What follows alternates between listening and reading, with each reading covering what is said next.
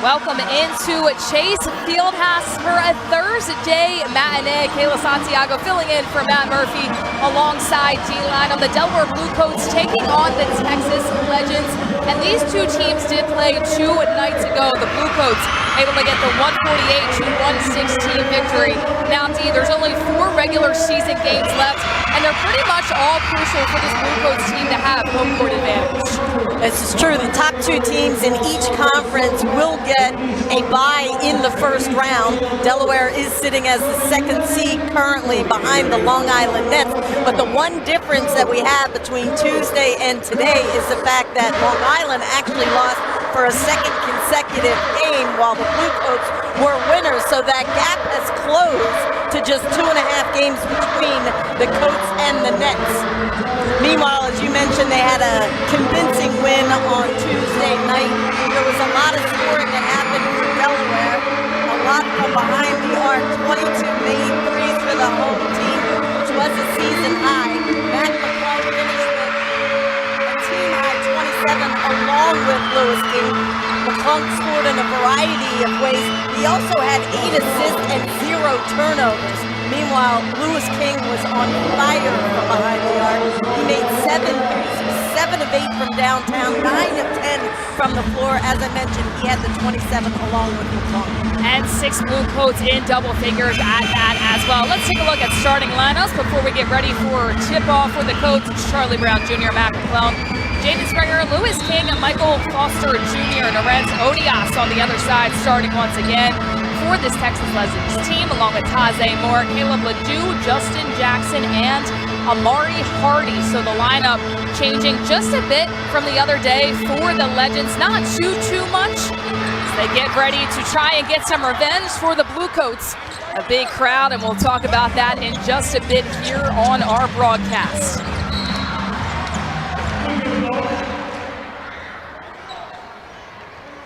Well, right out of the gate, you see good ball movement. Lewis King trying to feed McClung going baseline. King 27 points along with McClung in that last game. Mac McClung too strong.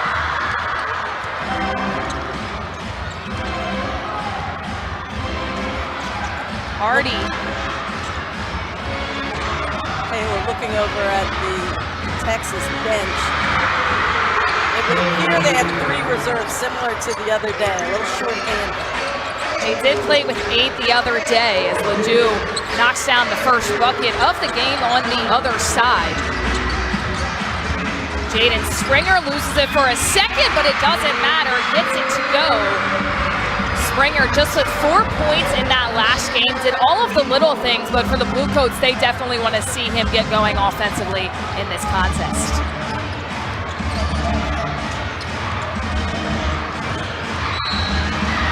Call a foul there onto the floor by Michael Foster Jr. He was trying to deny Odias the ball in the low post. Used a little too much body in trying to do so. The Blue Coats will head to Windy City after tonight's game, then finish their season with the Mad Ants. That blocked by Foster Jr. Springer, quick, Lewis King. The connection is pure, and the Blue Coats feeding off where they left off 2 nights ago. Well, the other night they had 18 fast break points, but you don't always see it in the fast break points as you see it in pace. Justin Jackson had 24 points. That was a team high in last game. Out of North Carolina, also had 9 boards to go at that. Springer inside the paint. He's off to a hot start. Well, good for him because it wasn't a great shooting night for Jaden on Tuesday when he was just 2 of 8 from the floor.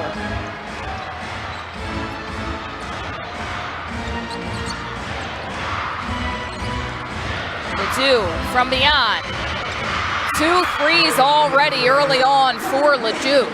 Well, we made such a big deal about the 3-point shooting the other day for Delaware because they were 22 of 44. But Texas made 19 threes as well and shot well above what they do in the season. They shot 43%. So far, the Blue Coats have gone a little bit more to that dribble drive game. I mean, 22 threes in a game isn't the easiest thing to do. They had that season high in the last contest against the Legends.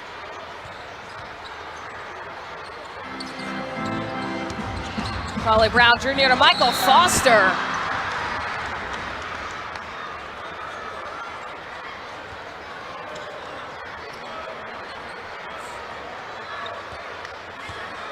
Well, you'll see. Getting the ball inside to the big fella. Now Foster had just blocked Odias at the other end, so Odias tried to get the same here. Instead, he's sending Michael Foster Jr. to the line. And those two had quite the battle in the first half of last game on Tuesday. Foster Jr. just with 6 points in that game. Odias only with 4. We should tell folks it's been a tough year for the Legends. They come in on an 11-game losing streak, 6-21 on the season. Jackson, top of the key.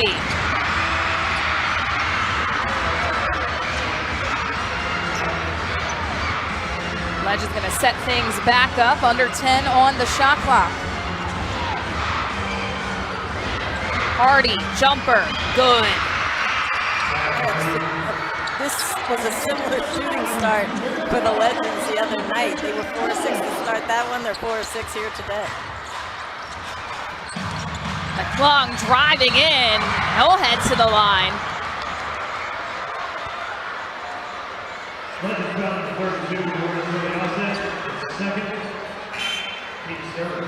Well, you'll see the explosiveness of McClung coming down the paint.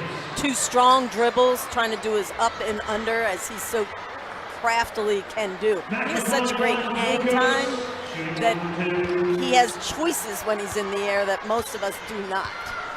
Only stands at 6'2", but as Dee alluded to, a ton of hang time. Big part of the reason he won the NBA Slam Dunk Contest as well, and just so powerful on the dribble drive for this Coats team.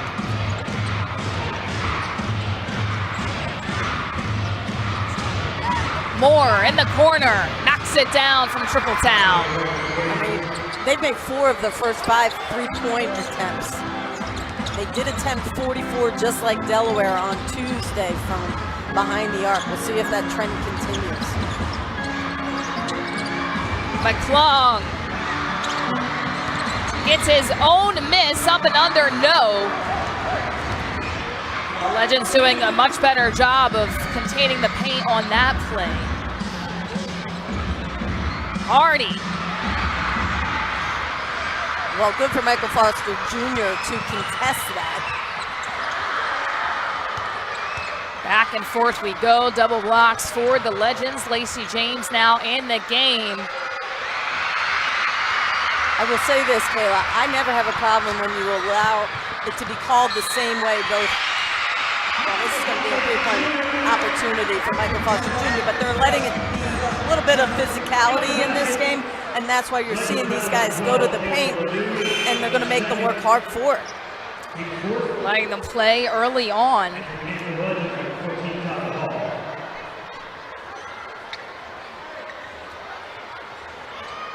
Michael Foster Jr. Shooting one that will count for 2 if he makes it.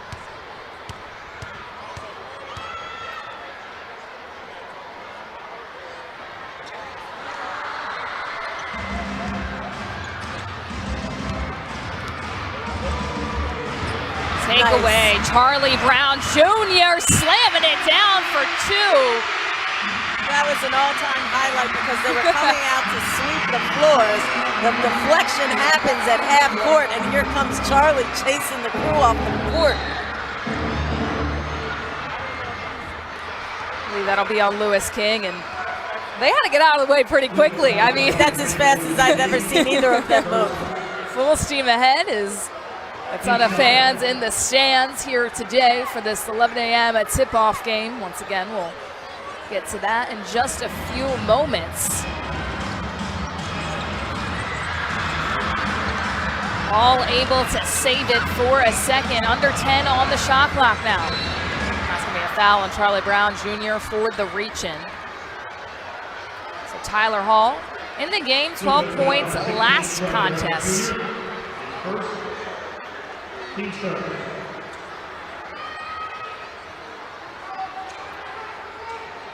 The Legends, tough season so far, 6-21. Jackson, high off the glass, no go. Springer going the length of the floor, coming up short. We'll head to the line to shoot 1 for 2. Well, Hardy's not going to be happy with this because he thought he had pretty good position. You see Springer, Hardy is there. Hardy kind of backed off. Looks like they might have called him for the left hand right there on the hand of Springer. It's not even as if Hardy tried to take the charge. He actually tried to just go straight up.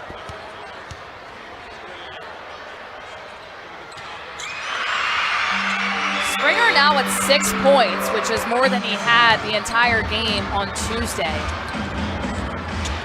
About an 18-point per game scorer. Hall.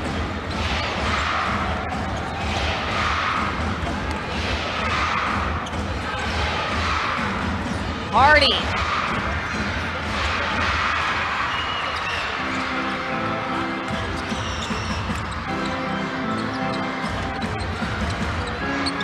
McClung from way downtown, knocking it down. Well, that's the first made 3 for Delaware here today. They really, as you have mentioned on numerous occasions, Kayla, have tried to attack the paint. They've gotten to the line a couple of times, and now that was their second 3-point attempt in the first make. 19-14, Delaware in the lead, 6:28 left to go in the first. We'll be right back. Meet apartment 2A, 2B, and 2C.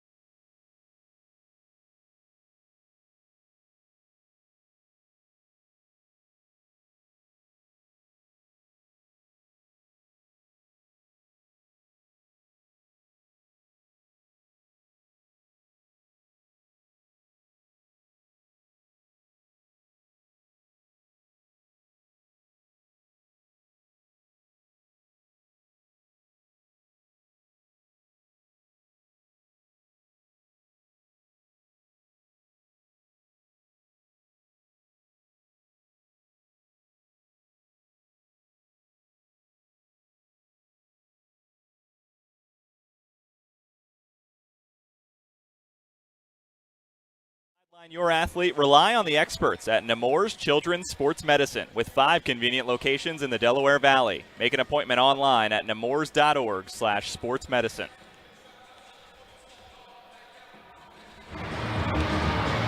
It's packed this morning here at the Chase Fieldhouse. The reason being, it is Educational Day, where multiple vendors, 25 to 30 vendors, are here to promote various services for kids, such as arts, transportation, as well as after-school programs. Speaking to President of the Delaware Blue Coats, Larry Milai, he says it's a great day to be a kid, where they can come in, see things like this, and enjoy a game of basketball. Back to you. Lloyd, thank you so much. A packed house at Chase Fieldhouse, and a ton of kids screaming and cheering for the Delaware Blue Coats for a great cause here today. It is always the loudest game that we have. I do like that the G League has it across the board in all cities, that they make this opportunity available to their local schools. And they bring them in on the buses, so it's not like the parents have to do anything special. They go to school, they bring them from the school, they get them back to the school.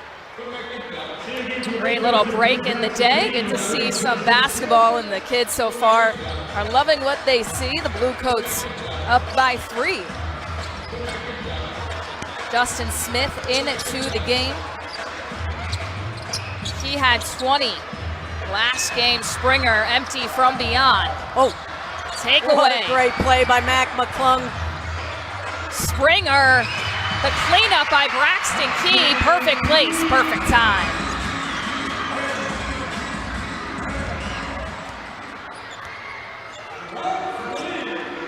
Kayla, I should point out for the Legends, the other day A.J. Lawson, who is a two-way player for them, was pretty integral. He provided them with 24 points. He also had 8 boards. I see him in street clothes over there. I knew they said he was inactive. I didn't know if that was because maybe he had gone back to be with the Mavericks. So they're down a player. Grant Riller is active, but I've seen him in his sweats, and he doesn't appear to look like he's taking them off anytime soon. So that's really a 7-man rotation. And that's 2 big guys for this Legends team as Hardy goes the other way and gets the bucket.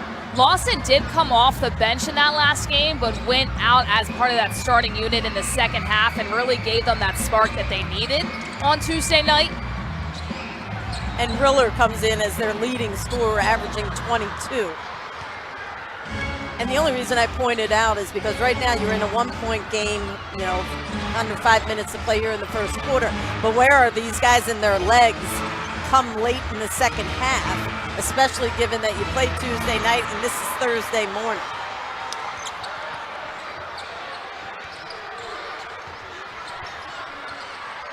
Inside, Smith coming up short. For the Blue Coats on the other side, they up and down their bench have guys that can come in and give their starters a break.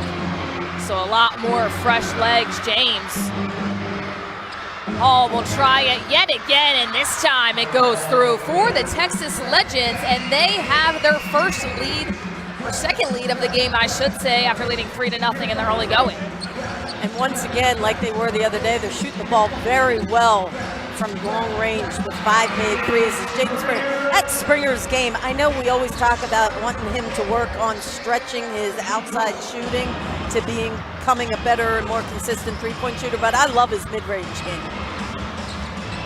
And something that he's done so well. And the thing that watching Jaden Springer and that I think the Sixers organization likes as well as Hall or James is able to get it down low is that he's willing to take the three-point shot as well. He's willing to improve that aspect of the game. And even though he might come up short, he's still working on it each and every time, especially out here in Wilmington.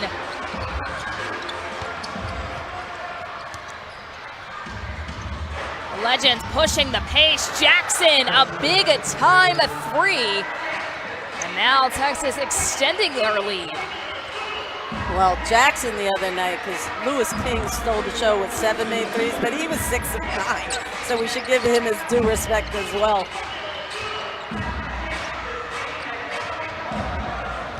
King just with 2 points in this game so far. Jackson coming up short this time. And that's why I say, especially with a team like Delaware, who has so many capable double-figure scorers, no 2 games ever really look alike to me because they have options. We talked about that a lot on Tuesday night as well.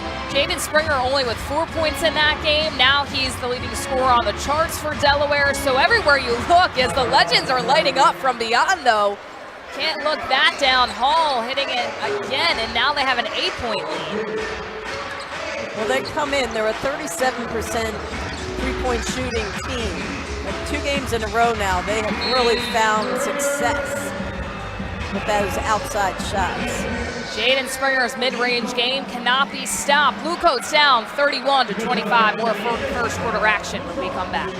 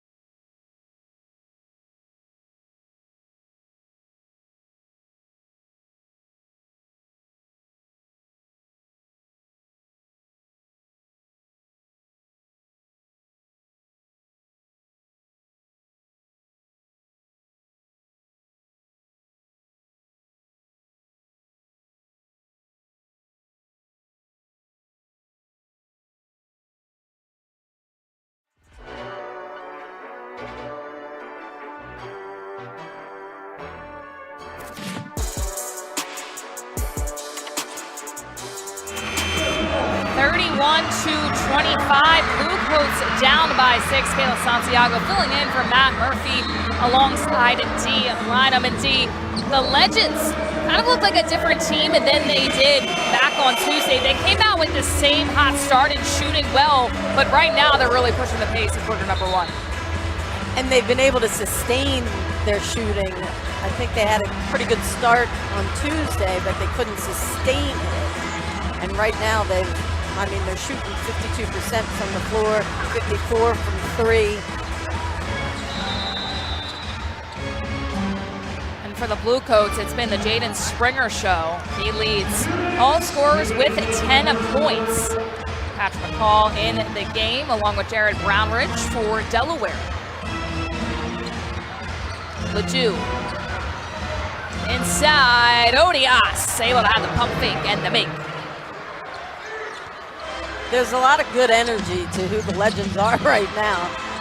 And again, when you're on an 11-game losing streak, you're getting towards the end of the regular season. You're not playing like Delaware is to be in the postseason. And yet here they are, really attacking. Jaden Springer just having himself a very good game, 12 points in the first quarter. And for the Legends, it's almost, they have nothing to lose in a sense. Is Ledoux a little bit too strong? Kayla, I stand corrected. Riller is out there now. So they do have an 8-man rotation. Riller did not play in the last game. Braxton Key, too easy. And he didn't play because of an ankle injury, so we'll see if he's hampered at all here today. Some people who are Sixer fans might recall his name or familiar with his face because he was a two-way player for the Sixers a couple of years ago. Unfortunately for him, he also was hampered by, he got hurt in a preseason pregame warm-up, and it never panned out for him with the Sixers. Just hitting 2 on the other end, though, was Riller, and he's going to be a big key for them in this game as they have all the momentum in this first quarter. It'll be interesting to see if Riller gives the Legends what A.J. Lawson was able to give them on Tuesday. Kind of that same position as well, coming off the bench is the guy to give them the spark plug. Riller just with 2.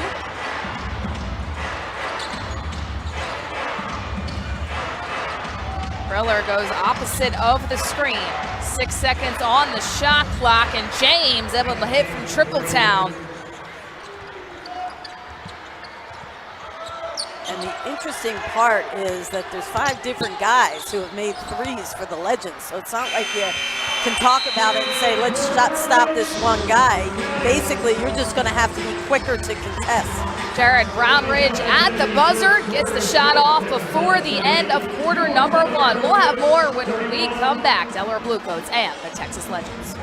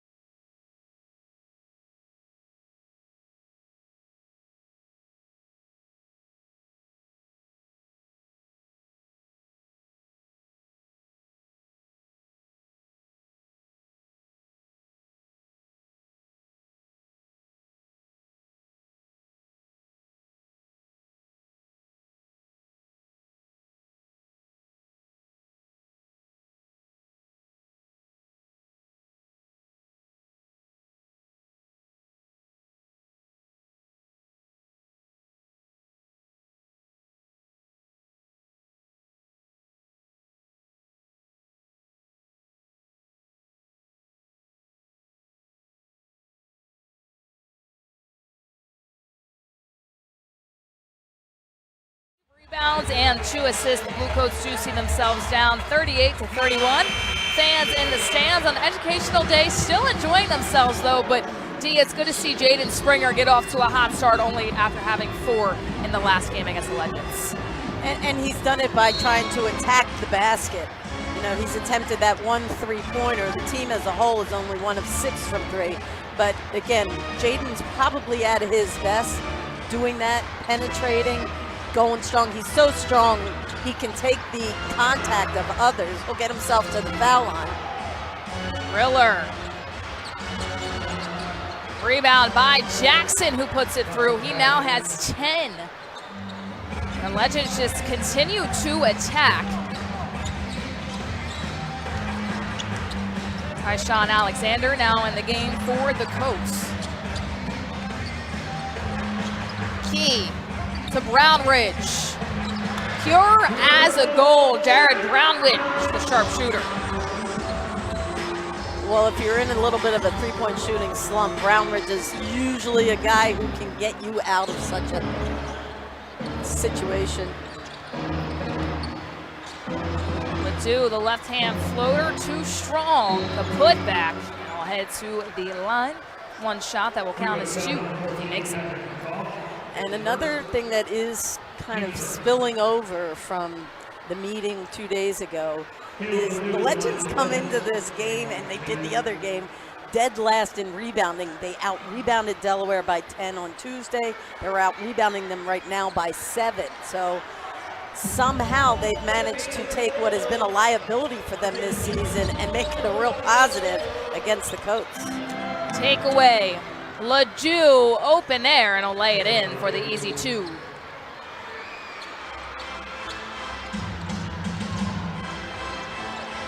Legends with a 10-point lead here in the early going of the second quarter. Smith.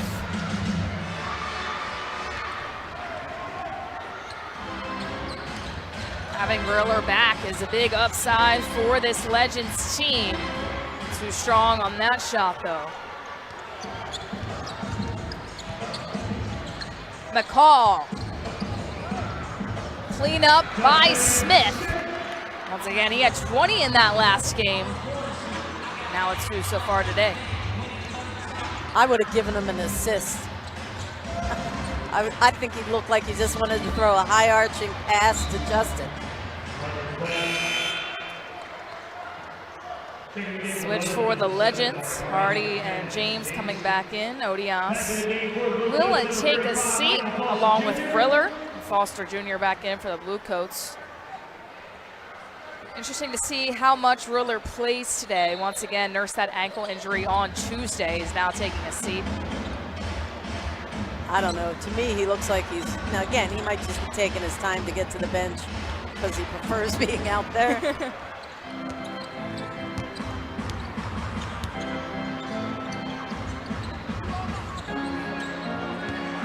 Key playing bully ball on a 3-second violation on the Legends.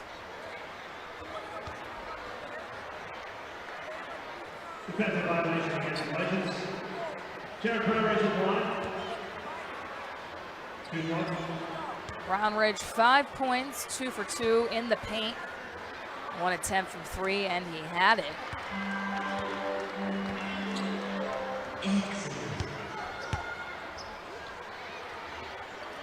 For as good a shooter as Brownridge is, I do a double take at his free throw percentage. It's mid-60s. Alexander too high off the glass there. Jackson, the hot hand yet again. Justin Jackson, the 3-point machine.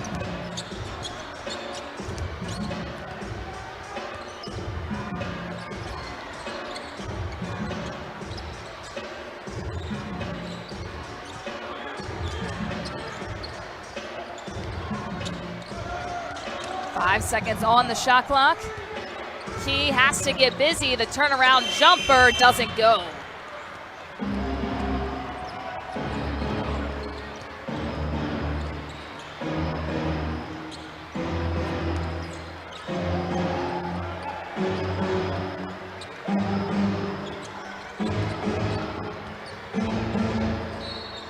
call almost stole that away, but just 6 seconds left on the shot clock.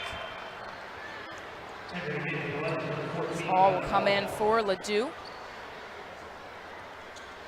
And again, I like how the Legends, one, I think they're right now the more assertive team. Two, it seems to me that he's keeping his rotations a little shorter to keep people fresh. Jackson. A little bit of a heat check there. Other end, Alexander, the bank is open.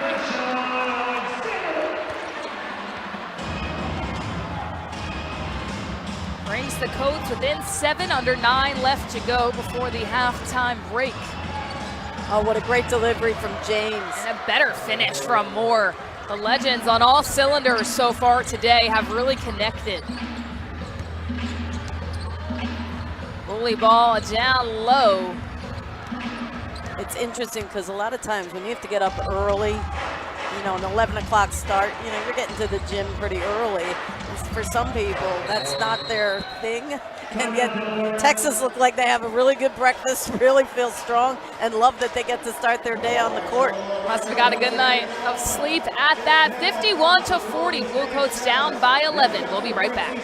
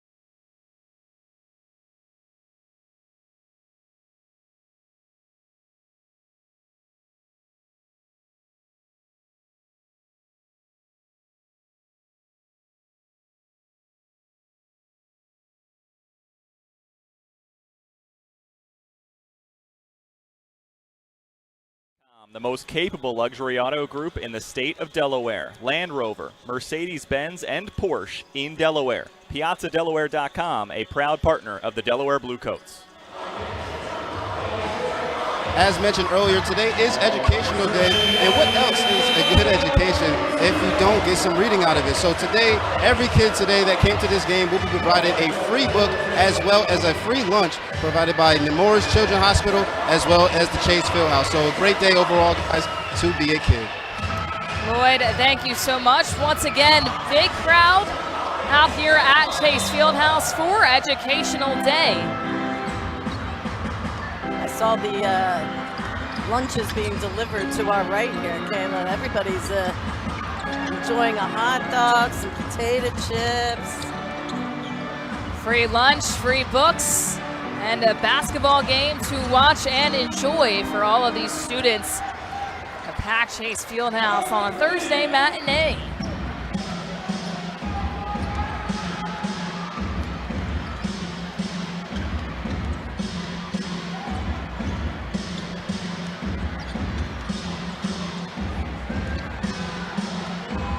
James inside, left hook off the backboard is good. Well, at this point, there's just a real balance to what the Legends are doing. They have 18 points in the paint and 9 made threes. Braxton Key will head to the line, and right now, the Legends in this first half just coming out with a little bit of a different demeanor. Take a pick at Braxton Key, driving strong to the rim, putting it up with his strong hand, trying to go up with the right, drawing the contact to get him on the foul line. It's on Lacey James.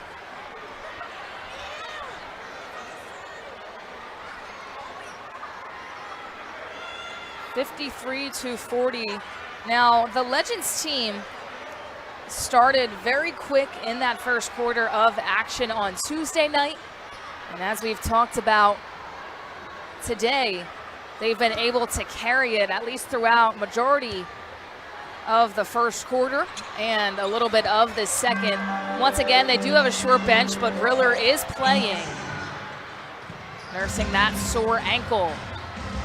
Takeaway by Key. Great read by Braxton Key. Brown Ridge. Key with the board skying up there. Miscommunication by the Coats, and they'll set things back up.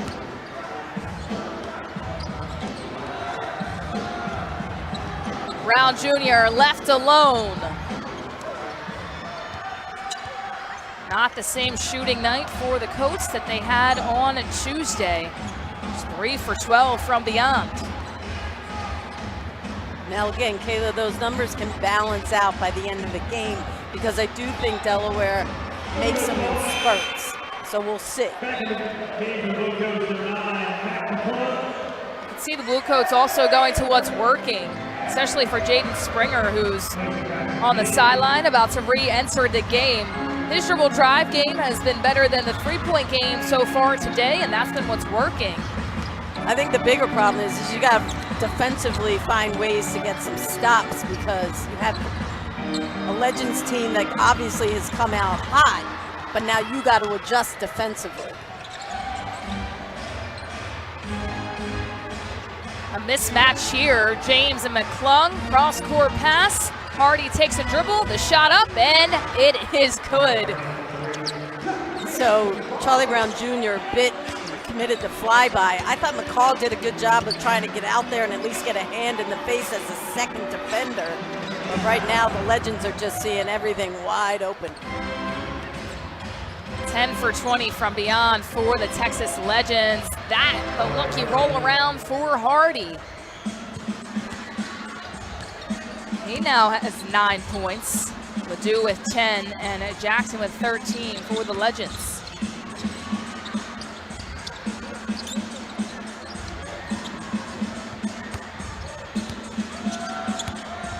Charlie Brown Jr. going in strong, nothing there. And again, sometimes like you go and he kind of backed off. I know he thinks he should have gotten the trip to the foul line, but you got to keep going in.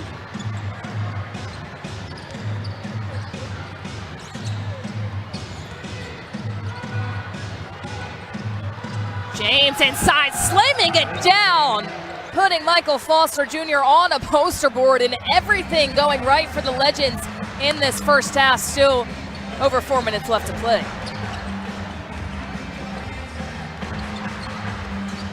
McClung finding a way to answer, never giving up on the offensive opportunity. Well, I call those volleyball tap rebounds. That one was Michael Foster Jr. getting it to McClung for a second effort. That's going to be a foul on McCall, on Jackson. Springer and Smith coming back into the game. Riller also as well for the Legends. Back in the game for the Blue Coats, number 3, Justin Smith. 23. Springer has been the leading scorer for Delaware with 12 points. And if you're the Blue Coats right now, you absolutely want to have him on the floor.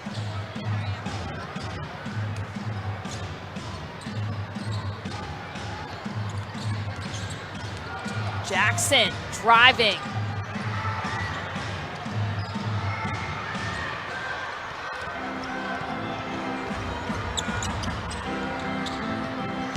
And that's the other thing. Okay, so you finally have a miss from Texas, and Delaware could not, right away they try to push it, and the Legends defense was already set. Jackson, yet again. Nothing but net for Justin Jackson. He is feeling it, and so are the Texas Legends, up 63-44. The Blue Coats will talk things over. We'll be right back.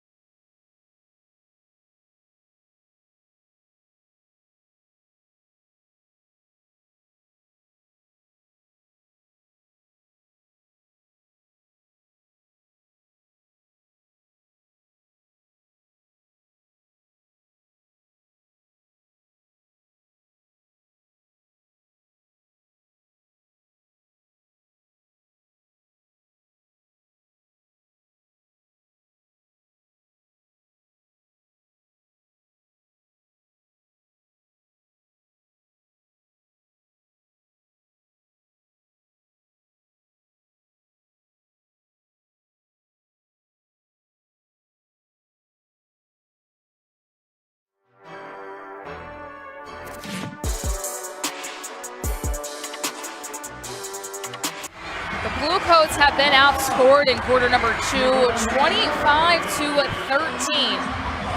Some time left to go in the second quarter. Kayla Santiago alongside Dee Lynham. And Dee, what do you want to see from the Blue Coats to finish out this second quarter with 3:36 left to go? Well, number one, I always say if you can get your deficit to single digits, that's a good goal to have. But how do you do that? You do that by getting stops. And right now, they have not been able to find a way to make the Legends do something uncomfortable. They're making outside shots. They're sharing the basketball. They have 15 assists on their 24 made field goals. Obviously, they started out hot from downtown, but that's not the only place. They're not making that their steady diet. They're really mixing it up. Charlie Brown Jr. trying to do the exact same, going in strong this time and getting the deuce.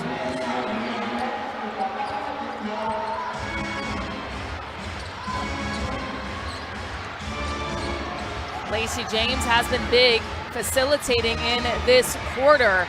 Kick out to Hall, and they just have been red hot from three-point land. And you saw what happened though. So with James, he has everybody on the strong side. He gives it up and immediately gets it to the weak side where you have an open three in the corner. Charlie Brown Jr. in and out. We'll try yet again. This time it goes to back-to-back buckets. And that's, you say, how do you get back in, or, you know, how do you close the gap?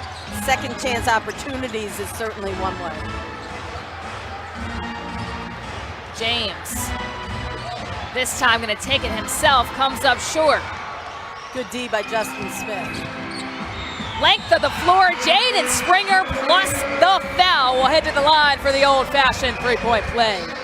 But that's one of the rare, with the exception of the first possession of this game, one of the rare times Delaware has been able to have the Legends defense on their heels.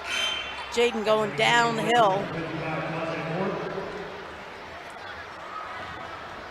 14 points, 4 rebounds for Springer, who averages just over 18 a game. Already has 14 in the first half. At the line for 15.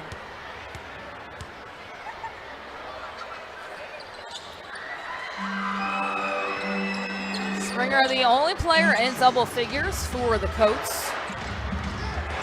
On the other side, the Legends have 3.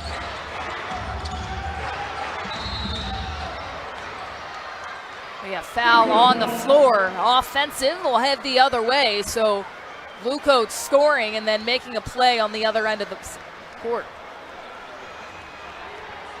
Well, Jaden Springer, as we've said often, I mean, he's having a fine first half here with his 15 points, but the rest of the team is shooting 34%. So at halftime, I don't know what Kobe does in terms of how do you get somebody else going early on in that third quarter.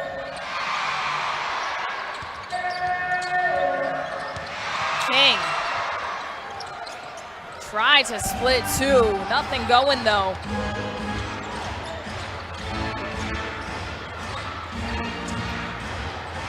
Driller.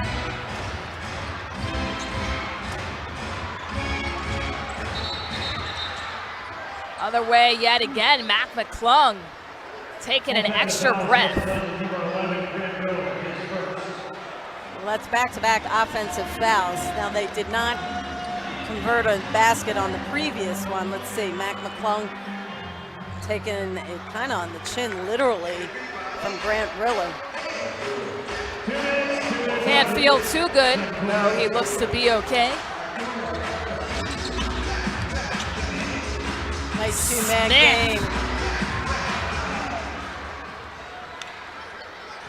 And that's what you want to see from the Blue Coats, taking it strong to the bucket, get to the line and try to get their points that way. Well, you see Charlie Brown Jr. seeing just a wide enough hole to slip the pass to Justin Smith.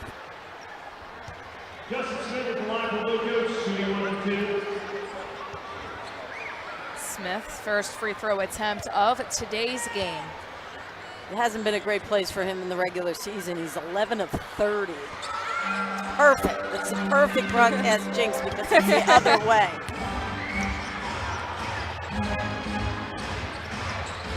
Perfect 100 today, 1 for 1 from the charity stripe.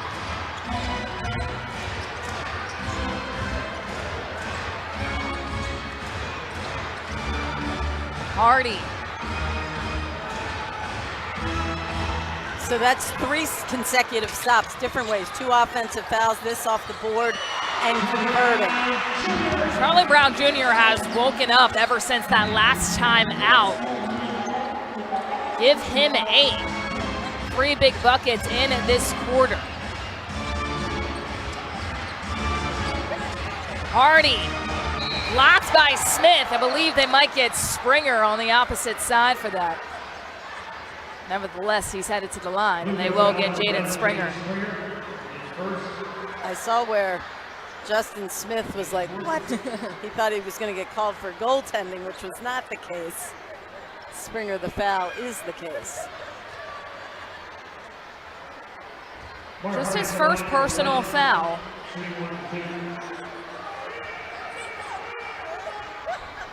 No one really in foul trouble in this first half.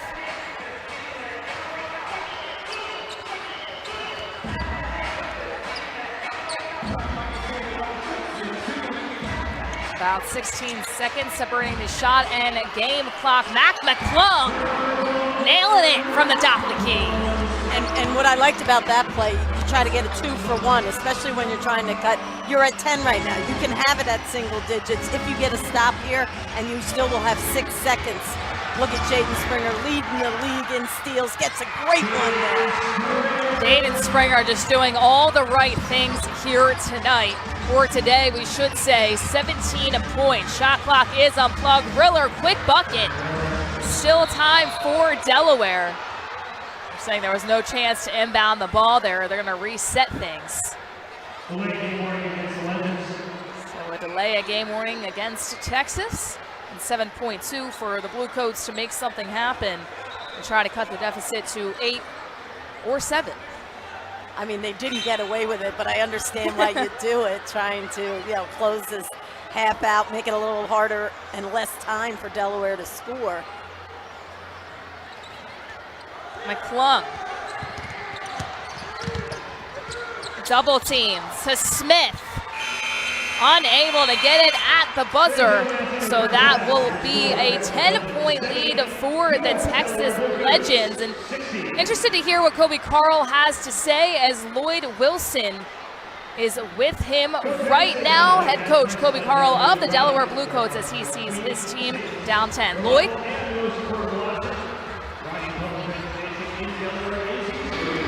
Here with head coach Kobe Carl. Coach, you're going into halftime down 10, but a little bit of life with Jaden Springer, also a steal on that last one. Someone who only had 12 points on Tuesday.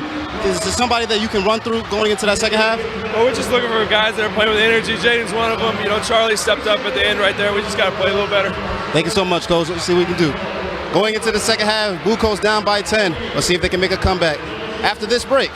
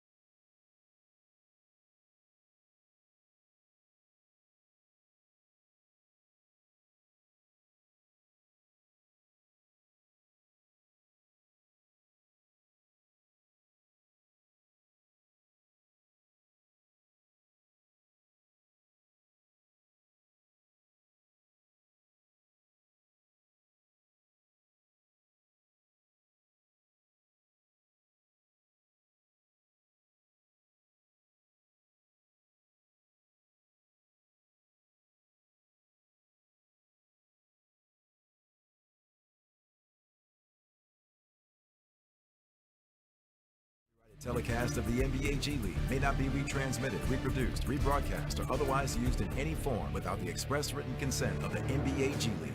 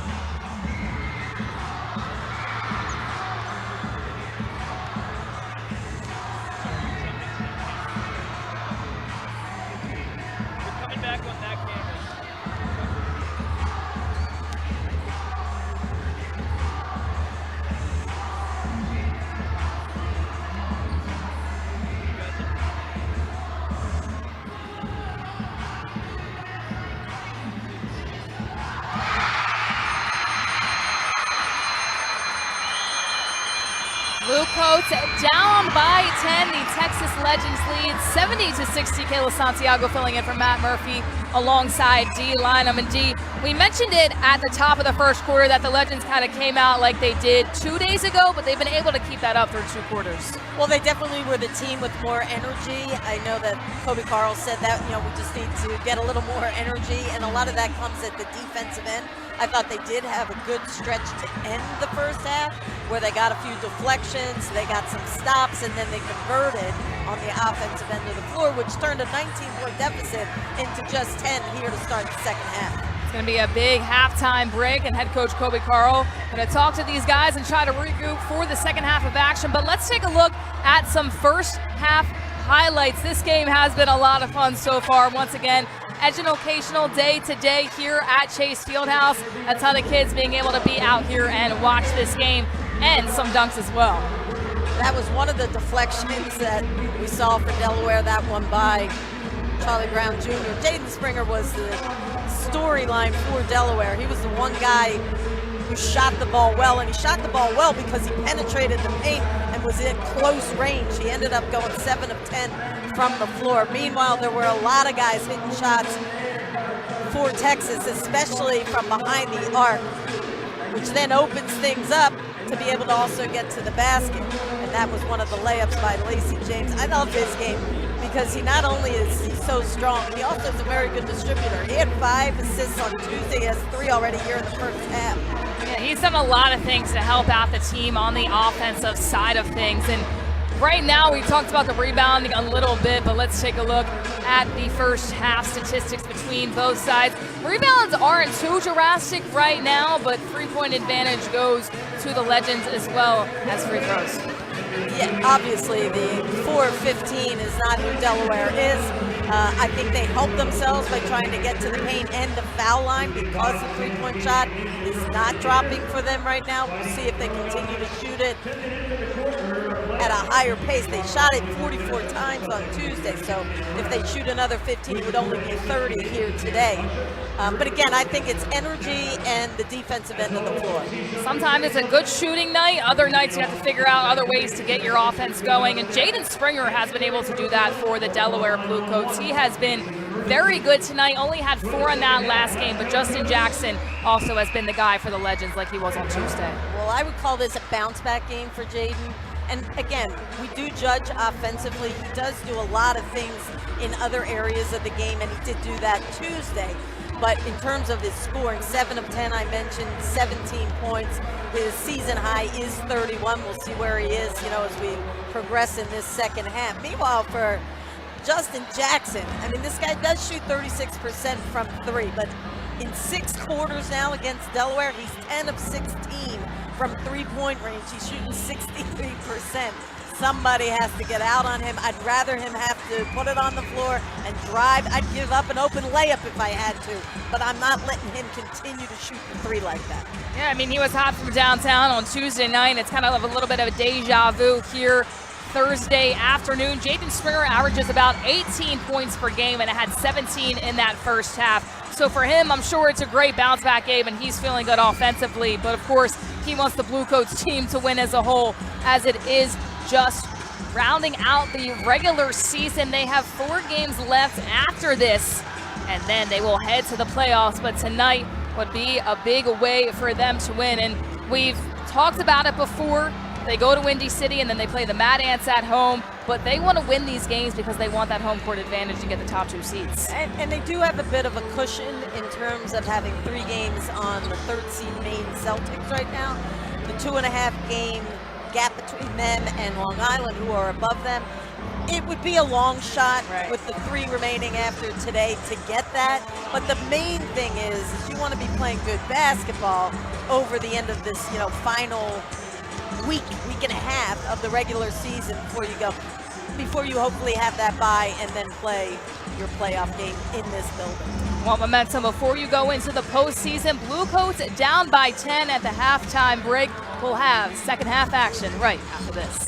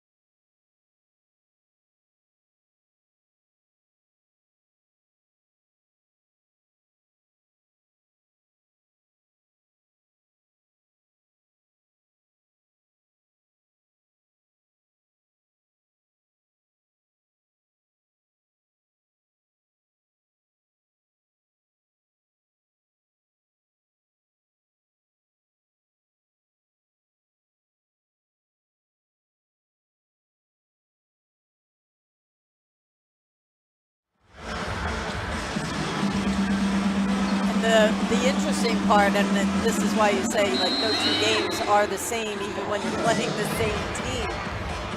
I mean, for Delaware 2 days ago to be able to get a 148-116 victory, and here they find themselves down 10 at the half to a short-handed Legends group.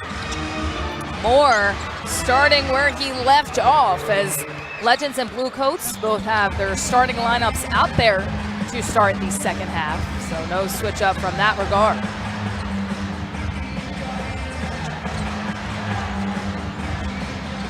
Springer had 17 in the first half of action. Good feed inside. Foster unable to finish. And again, you just see how the Legends defense is collapsing on people who are trying to get to the paint. Lewis King left alone, and a much-needed bucket for King. That brings them to 4. Well, that's the 7th turnover by the Legends. Now, Delaware was able to force 20 on Tuesday, and they scored 27 off of that. That's the other thing. We really haven't seen them be able to push the pace like they so often do. Ledoux wanting a foul call there. Whistles silent. King to McClung. Free ball goes. And again, I mentioned how the other night, in addition to his 27 points, McClung had the 8 assists. And they actually had 37 as a team. Now you're shooting the ball well, but you're also moving the ball well. But I think Mac's going to need to be the max scorer here in the third just to help people get going.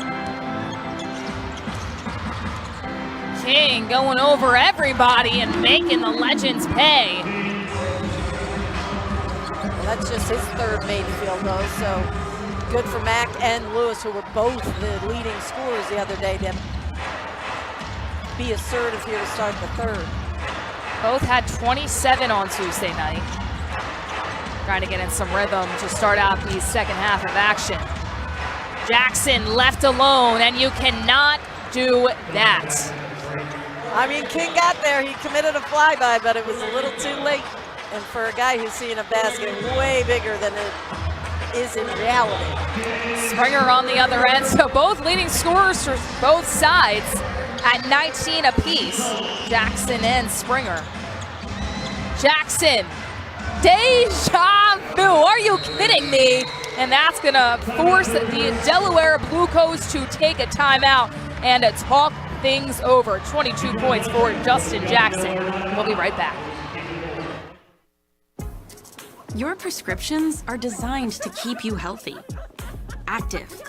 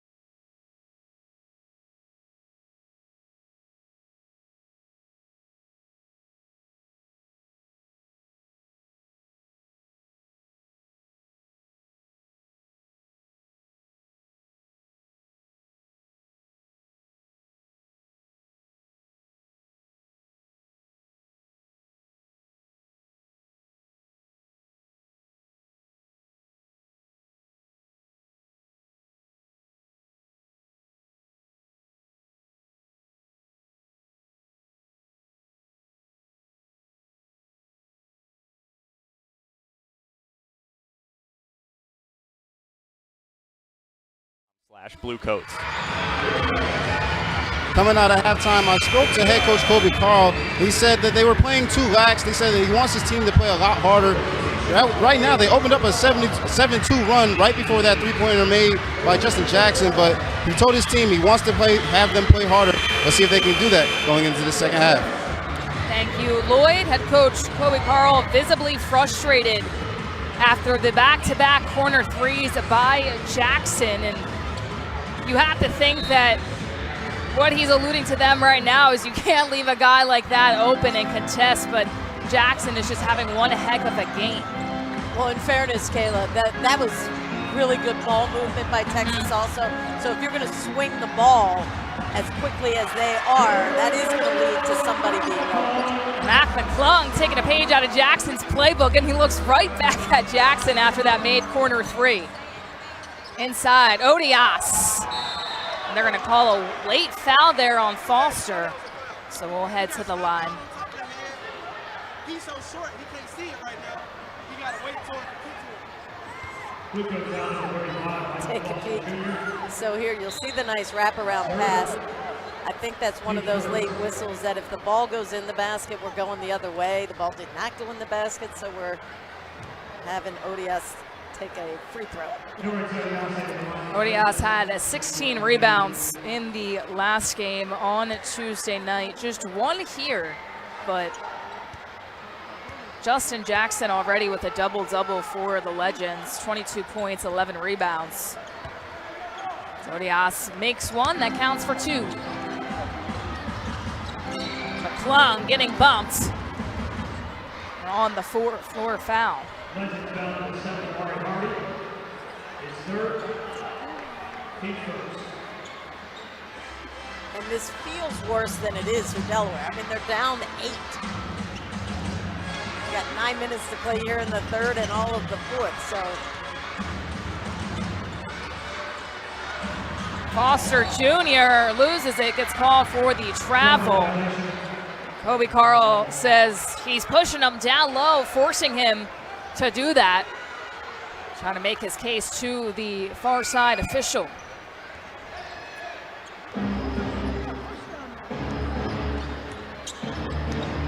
Yeah, the officials in this, Brent Haskell is the crew chief, Teresa Stuck and Stacy Blow, the other two. Exactly what we talked about at halftime. You rather see Jackson get the three closed off and force him to drive. Blue Coats able to do that right there and forces him to step out of bounds.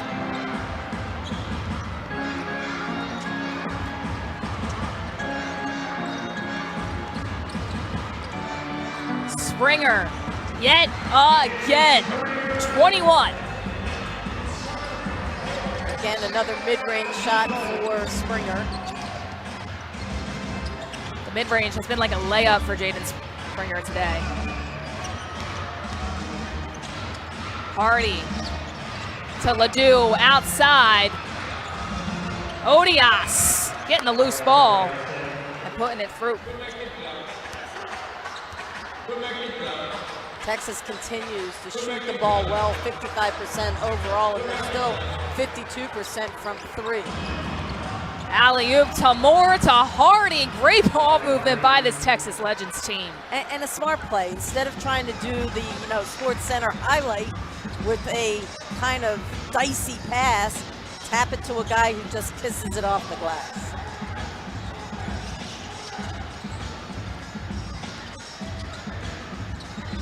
Springer, the handles, the finish, but we head the other way. Charge called on Springer. Well, let's see. I mean, I got to crosses him over. I mean, a little extra shove. I don't know. That play similar last night got reversed for Joel Embiid, and he didn't pick up his 6th personal foul.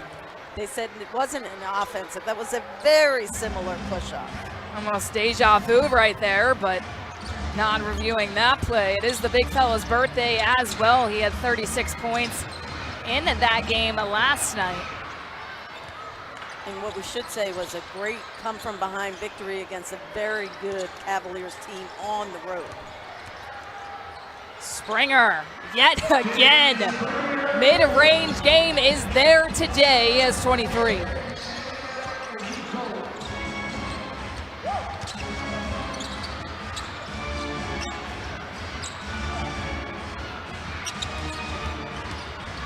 Oh, wow, nice dribble.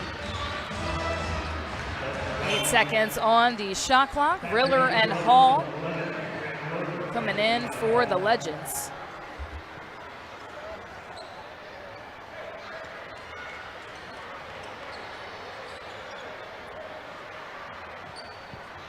Riller just 8 minutes played in this game, but has been effective when he's been in. 4 points, 2 for 4 from the field. Riller, pass inside to Odias, loses it. Good defense by Braxton Key. And Justin Smith, other way we go, and it pays off. Defense into offense for the Blue Coats. Well, one of the things you can count on is Justin Smith making buckets. I mean, the guy's one of the top field goal percentage guys in the league, over 60. A lot of that has to do with his shot selection, and in that case, he was running the floor. Jackson driving and finishing. Well, he's showing us, because I said take the 3 away, and then when you do that, you do make yourself vulnerable for him to get to the rim. Odias getting called for the foul. He disagrees. Nevertheless, McClung will head to the line.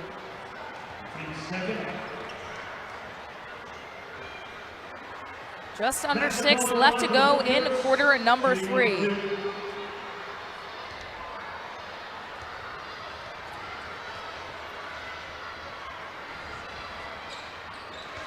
$18 now for Mac McClung. Perfect from the line today.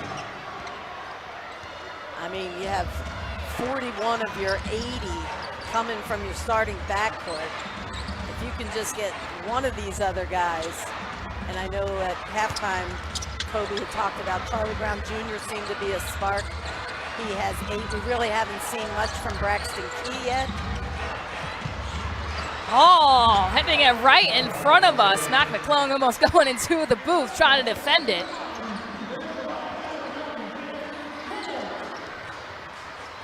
McClung, good pass, Key blocked. Man, good block by Odias.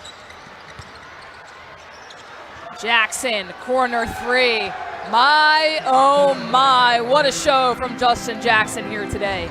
Well, first of all, it's his 7th made 3, which ties his season high. He was sitting on 24, he now has 27, which is 3 more than he had on Tuesday. And we still have, a whole lot of basketball still to be played. How about Jaden Springer with the answer? We mentioned he's been working on his 3-point shot and hits it in the face of Jackson. Riller taking advantage of Key, miscuing that play. Oh, a nice deflection by Jackson. Man, Jackson's got it all going on today. 27 points, 11 rebounds. Not too much of a triple-double watch just yet, but he does have 4 assists. 4:39 left to go in quarter number 3. I'm going to guess the way he's shooting the ball, they would rather him be shooting than distributing. Braxton Key trying to go up with the left. Last off the Legends. Well, that's an example, and this time he got blocked by James. So he's had a shot blocked the last 2 times down the court where he's taken the shot. I think sometimes I like going with the strong hand on the left side, but sometimes it does make it more available for the shot blocker. Key, top of the key.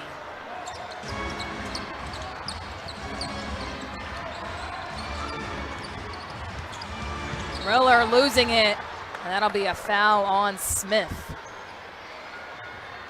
Good foul on Justin Smith.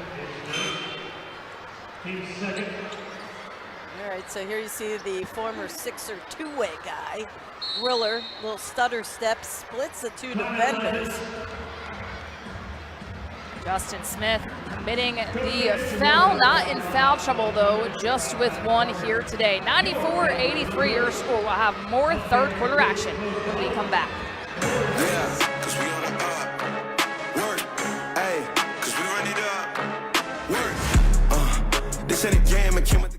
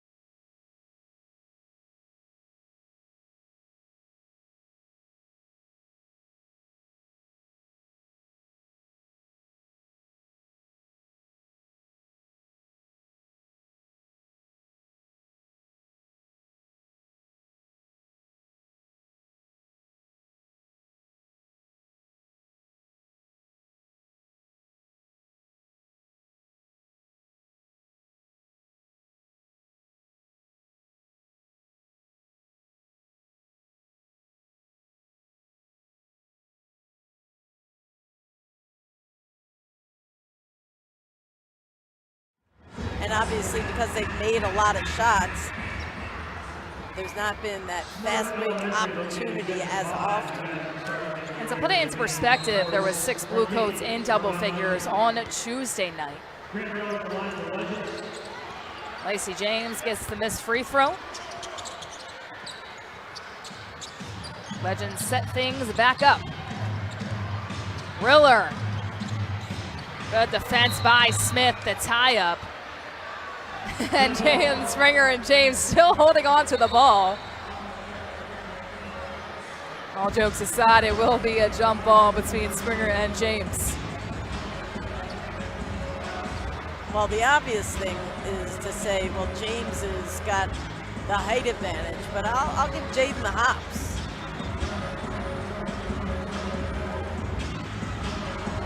And he proves you right there as Jaden Springer wins the jump ball. They head the other way.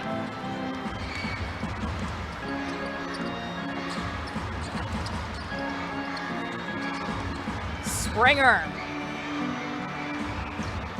trying to save it is Moore, and he does.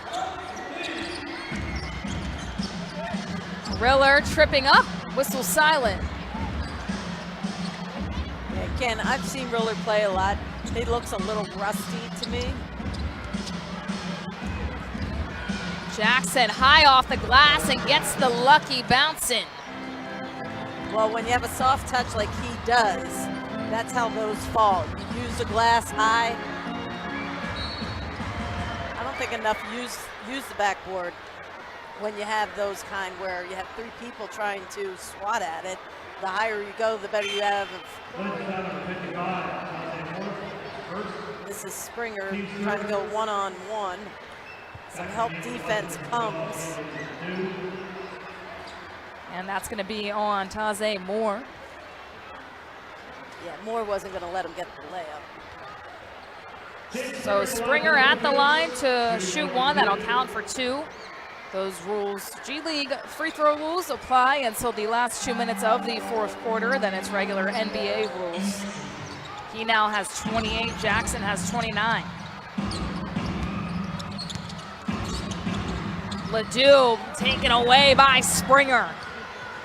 Well, the 9th turnover for Texas today. Can they get a bucket off of it? But you see what I'm saying? Now here you have Legends defense is set. Springer the reverse, but the slam put back by Smith, cleaning up some loose change.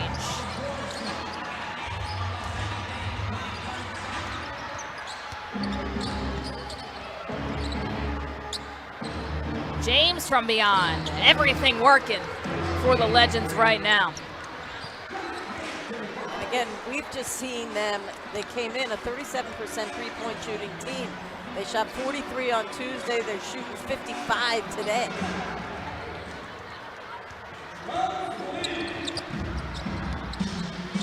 Ledoux with Springer in his face. Nice Feed, Ledoux. Maybe Springer got a piece of that right there. Definitely got the backboard. Smith, the bunny floater, gets it to go.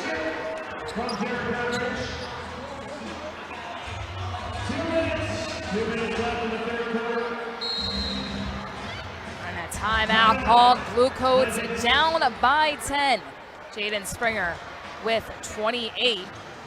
And Justin Jackson with 29. We will keep things here, though, as there's just 2 minutes left to go in the 3rd quarter. And right now, we've seen a lot from Jaden Springer and Justin Smith and a little bit of Braxton Key towards the last half of this 3rd quarter. But defensively, it's just been a little bit tough for the Blue Coats to get some stops.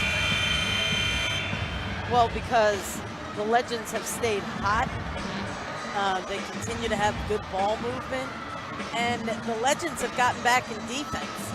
So the things that Delaware likes to do, they're not allowing them to do it with ease.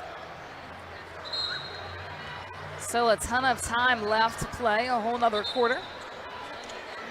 Just under 2 left in quarter number 3. Charlie Brown Jr. back into the game.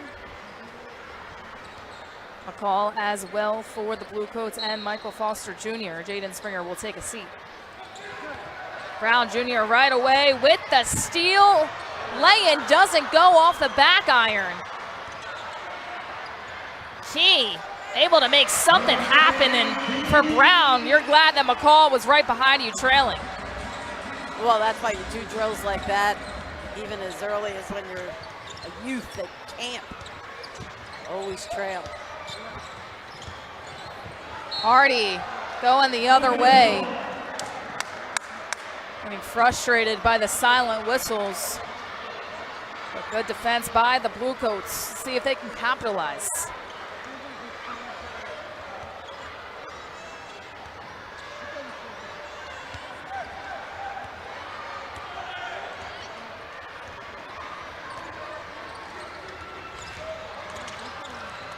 Brown getting his stripped by James, and he's frustrated, pleading his case to the official.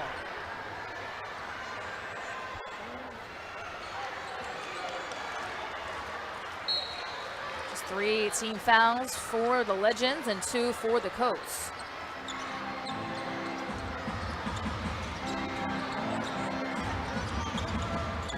Brown, the elbow jumper, short.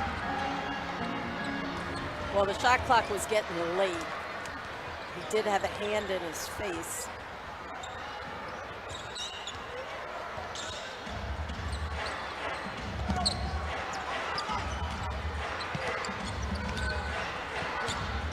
Riller trying to split defenders. 3 seconds on the shot clock. They have to get busy. Hardy throws it up. I'm going to say shot clock violation before the shot. Well, good for Delaware. I mean, with every pass, there was a defender right there in front of that Legend.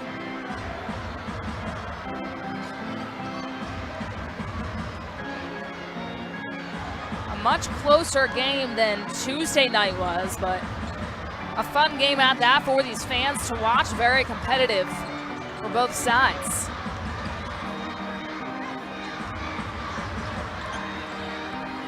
Braxton Key kicking it out to an open McCall. Michael Foster Jr. Well, a good hustle play, but Lacey James was ready for it. McCall closing in on Hardy. So Hardy's going to take it down. The differential, it looks like 0.2 between the shot clock and the game clock. Hardy kicking out to Ledoux in the corner, splash! So now they're 1 away from making a 19th 3-ball, which was the number they had the other day. And again, they're shooting it at such a high clip, 56% from 3. 102-91, a big fourth quarter coming your way after this.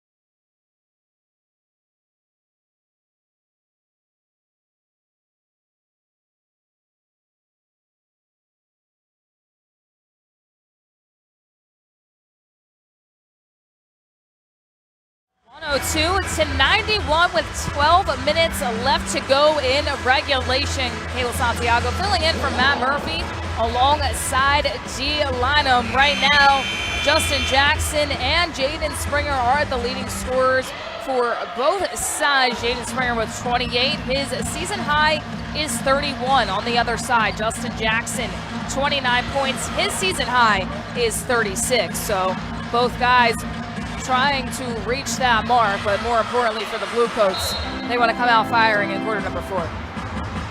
So they didn't erase any of the halftime deficit because they went in down 10, now they're down 11. Still a workable number for sure.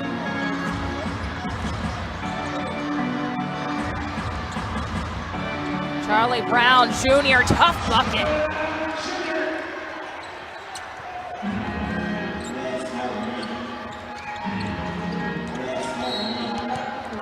He's going to get called for the foul on the other end on Hardy.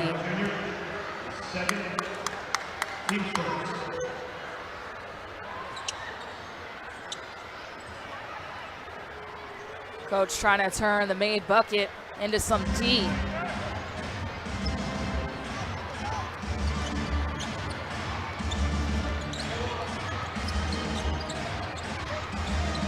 Moore along with Hardy, Ledoux, Odias, and Riller on the court offensively for the Legends. Moore outside, off the back iron, Brown the rebound. McCall, Foster, Brownridge, and Key out there for the Coats. And that's, you see right away, Charlie Brown Jr. trying to get it ahead. He does get it ahead to Michael Foster Jr., and you'll see Legends defense is not set. Michael Foster Jr. has Odias on the move, and so now he'll go to the line, where I believe he's 1 of 2 today. Odias 4 fouls. So Legends going to watch that.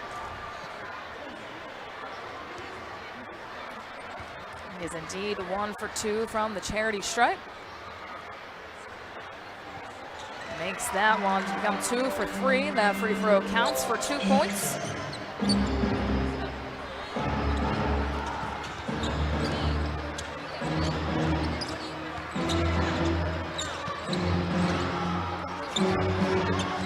Riller with McCall on him. Coming to an open Odias, missing everything there. Closeout defense by the Coats. Brown Jr. 3 the other end. Key. Foster, yes, 3rd time's a charm. Well, it started with the really good defense by Key and Foster Jr., and isn't it funny, it ends up with their hard work on the offensive glass at the other end.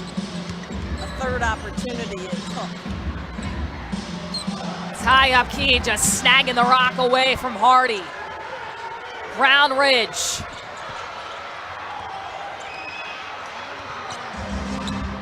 There's a lot of hustle plays by Delaware right now, a lot of good communication defensively. Coats cutting the deficit to just 5.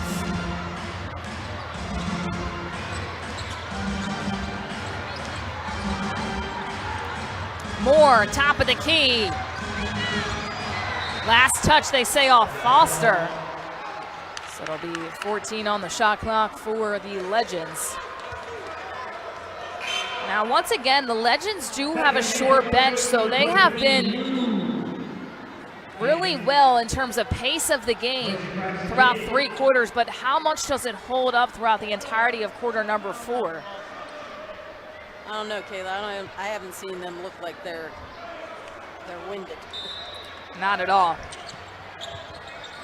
An early start after playing Tuesday night, but and the biggest thing is that A.J. Lawson had played the other day. He is with them, but he's in street clothes, not active today. He's their 2-way guy who provided 24 for them the other night. He's one of their starters on some occasions. You know, their guy who gives them offense like he did the other night coming off the bench.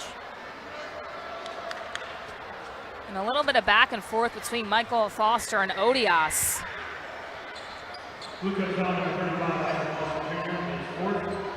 So that's his 4th foul. So Odias and Foster now both with 4. Check that, that's his 3rd.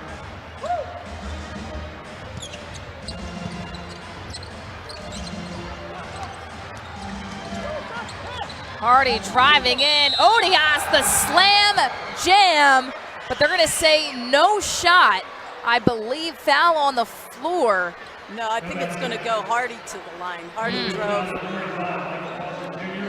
So before the follow, Hardy strong to the basket. He's coming to the left side.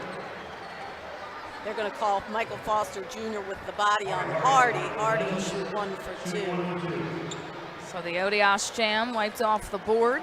Now that will be Foster's fourth, so back-to-back quick fouls.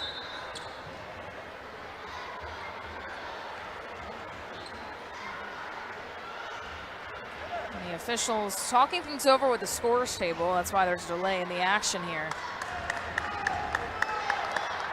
They're just making sure they realize that there was no offensive rebound, there is no putback, that the play ended with the foul on foul on Michael Foster Jr. against Hardy. He will make the free throw. That counts for 2. Laid back up to a 7 for the visitors. Foster Jr., tough bucket, playing bully ball down low. Well, what I like right now, Delaware giving him the space to operate in the paint and take his guy one-on-one. Brown playing close defense on Hardy. Moore, kick out, Riller, corner 3.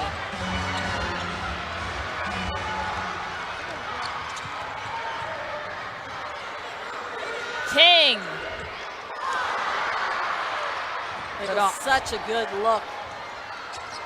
Foster Jr. trying to corral the rock. Kick out, Brownridge. Missing just about everything right there. King trying to save it. Came off his fingers. Strange. Mac McClung back into the ball game. Jackson also going to make his way back in. Well, that was just such an ideal opportunity. First, the look by Lewis King, who's only had 2 looks from downtown here tonight, hasn't made one, and that's after going 7 of 8 on Tuesday. And then you get an offensive board, and you have Jared Brownridge, who has money from 3, and his was way off the mark. Brownridge took a seat, made way for Mac McClung. Hardy gets that one to fall. He had 4 blue jerseys surrounding him, and yet he just let the floater off. Come the other way, making the Legends play. Expect a big 8 minutes from him as he sees his team down. He now has 20 on the night.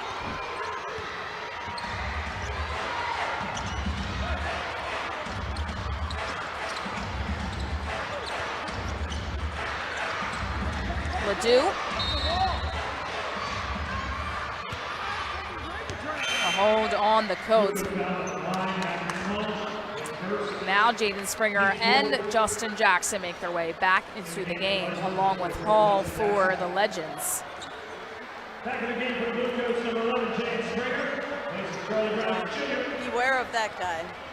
29 points for Justin Jackson, and he scored in so many, a variety of ways. Obviously, the 3-pointer is falling for him again today, as it did the other day. He had 6 on Tuesday, 7 makes here today.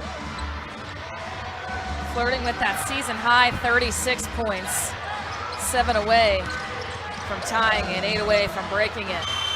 Shot clock winding down. Hardy, no. McClung with the rebound.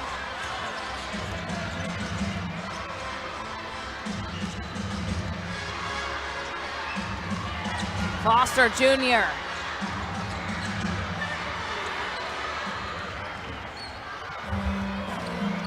Well, Delaware's just chipped away at what once was a 20-point lead.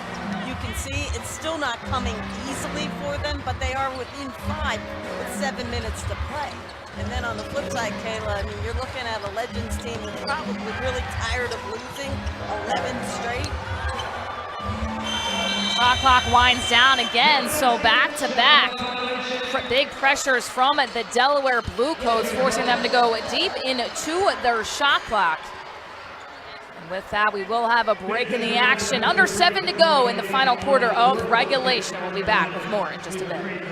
Yeah, 'cause we on the up. Work, hey, 'cause we run it up.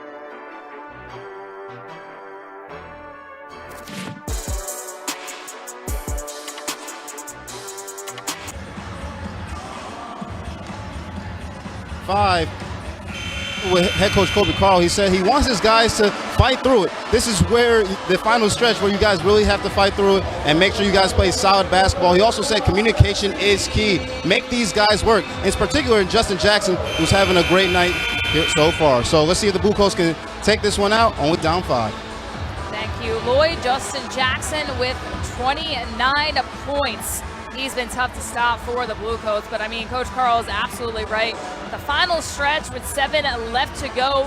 Once again, just 3 regular season games after this, and this is preparing the Coats to have a lot of momentum, go into the playoffs with a little bit of a hot streak as they want to host on their home floor, but getting wins at home is very important as well. Well, the Legends continue to shoot the ball extremely well. They're at 53% and still 50 from 3.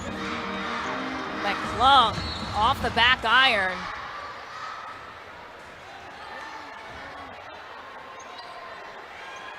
Meanwhile, I mean, we know that 48 hours after you make 22 of 44 from 3, they're just 7 of 25 prior to that. I don't know what we're going to see from that, so I didn't include Max.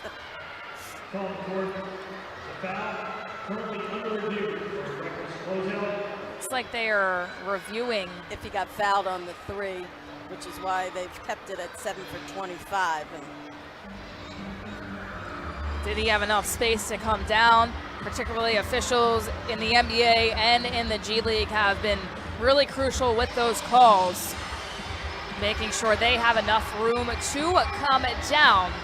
A ton of injuries that's happened with, unfortunately. You think about Kawhi Leonard with a foot injury as well, and they're trying to prevent that as much as they can. Yeah, so does he close out too early?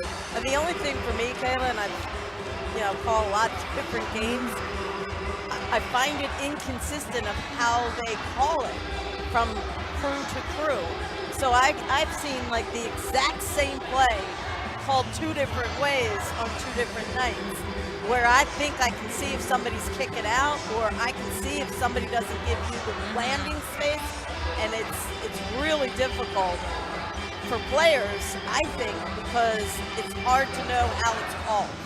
And that can be tough on any given night because, as you mentioned, you've seen it called 2 different ways, but for the players, they could have the same exact closeout, and one night they have it as a foul and one night they don't. Well, and I should say, it's more with the kick out and the spacing. In Max's case, Max not a kick out guy, so I think this is just a matter of, I originally could see it from across the way, but I can't see it clearly at this point. But and I think it was Justin Jackson, I could be wrong on that, does he come into Mac as Max in the air, or was he there and now Max the one who's kind of leaning forward? I'd have to see it to know for sure. All about that landing space. It's all Brent Haskell and company right now. The officials still talking things over as the Blue Coat bench is as well. Waiting on the official call here. Mac McClung would head to the line if it was a foul call. It looks like they're keeping the ball on the Blue Coats side, and it looks like they are going to issue a foul.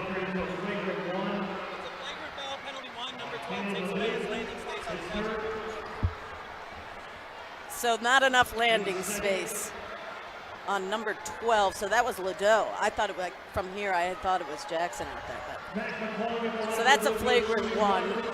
So Mac will shoot, and then you'll get the ball back. In a 5-point game with 6:42 to play, it's huge. That was a big swing potentially for Delaware as Mac misses a big one. That one free throw would have counted for 3. Now those rules will be changed to regular NBA rules in the last 2 minutes of this fourth quarter, but for the next 4:42, it will be NBA G League rules.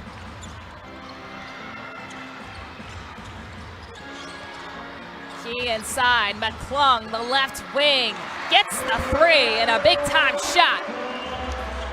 Well, that's a big recovery because when you know, and he's such a good shooter, that you left 3 points out there, now on the possession to hit a 3 when your team was 7 of 25, that's big. Moore, James left alone inside, puts the visitors back up by 4. And I should mention, Mac is not the reason they're 7 of 25. He's made 5 of 6 from 3. Springer, beautiful move, gets brought down. Whistles are silent. We head the other way. Ledoux getting it to go.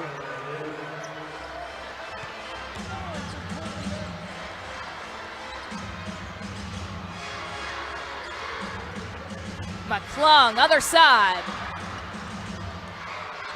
Making sure he gets back. James down low, the mismatch, and James is having himself a fourth quarter in the paint.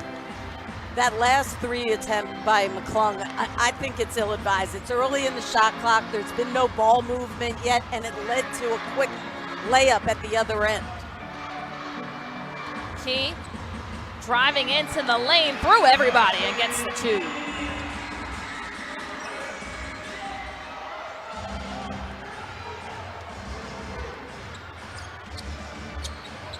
Five minutes left to go in regulation. Now, it seems to me that this is the 3rd time that it's been really late in the shot clock that the Legends have gotten organized. King. Key, big time rebound, better put back.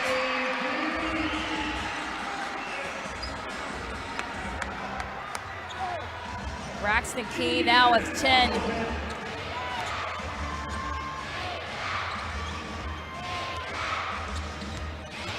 Justin Jackson gonna get fouled by Key. Well, Jackson really was the first one. I mean, the shot clock's at 9 right now, but he was ready to attack. So they're like, again, we're at 10 on the shot clock, but here Jackson is explosive, and he had Key on his hip. Jackson a little bit slow to get up after that play.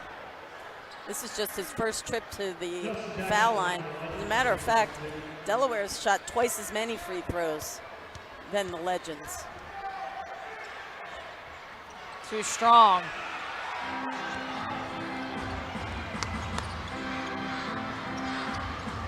Springer has a 28. The mid-range game has been the butter for Jaden Springer, now with 30. Flirting with his season high, which is 31. Ledoux driving in, and they're gonna call a block on Key. Well, it'll be interesting to see if Kobe challenges this. Now, there is 3:54 in a 2-point game. Key kind of waved his hand saying, don't. He's outside the arc. I mean, moving, yeah, he's going to challenge it. I don't think he's moving, at least from my first opportunity to look at it. I think he's there. I think he's like shifting with the guy shifting, not him on the fly. A good challenge by head coach Kobe Carl, as we will be right back to see the results after this. Your prescriptions are designed.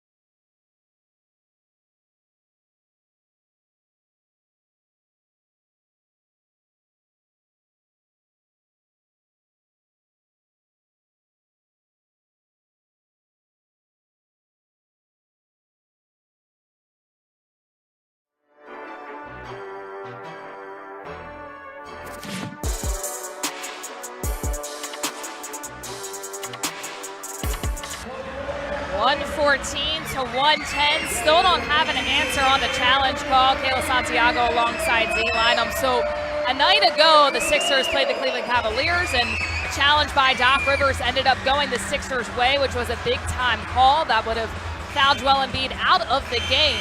And then he only had 5 tonight. This could be a big momentum switch if the call goes the other way and they call a charge on the Legends.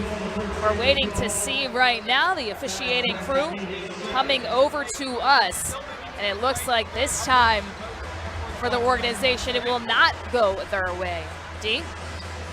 Well, they say he was still trying to establish his position, Braxton Key, so it is a blocking foul. They say he wasn't there. I said he was moving, but to me he was moving with the play. It's such a tough job. Maybe I had my heart in it. Still think it's a pretty good challenge by head coach Kobe Carl, though, because it's such a close call. Close call, and if you get the ball back, you're only down by 4. Now down by 5.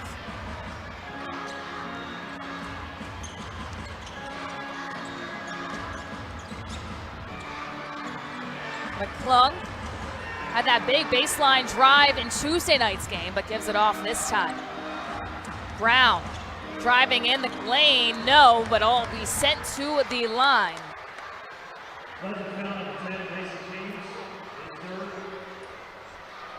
3:32 left to go in regulation. The Legends come in this game 6-21. And actually, Kayla, that it is a big play because it would have taken the bucket off of the board. So it would have taken the 3 points off and it would have been a 2-point game. But because the reason I love the challenge is because there was 4 minutes still to play, which was similar with Doc Rivers last night. There was 4 minutes left in that game. Now I will say, a game without Joel Embiid to finish. Completely different. Exactly. Just having him on the floor helps out the Sixers. Ledoux gets his own rebound, and now he'll head to the line. Key frustration all over his face. Well, we have the replay. We can't challenge again. Here's Braxton. Long rebound. You understand that. He goes straight up. That's a tough one. Tough one late in the game as well. Key doing everything that he can. Only has 3 fouls, though. But give the ball to Ledoux. So Ledoux's been there twice. He's made both. Texas as a whole, 6 of 8 at the line. They seem to be getting there a little more frequently now. I said it had been doubled. They had been doubled up at the line by the Coats. Now it's starting to even itself out. In and out, 75% free throw shooter on the season. Big time miss. Blue Coats looking to capitalize. McClung inside, gets it to go. Mac McClung take over time. Well, and I'd said it at the start of the second half that as much as he loves to distribute in this game, given the way his teammates have shot the ball, He and Springer need to be the go-to guys right now. Kick out to Hardy. Gets the 3 to go. Claps in the face of Charlie Brown. The 19th made 3 ties the season high for Texas, which they set the other night against this same Blue Coats team. McClung with the answer. How about that? Putting this game on his back, down by 3. Well, he's got 6 made 3s.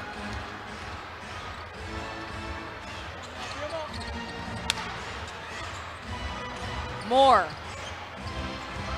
Hardy.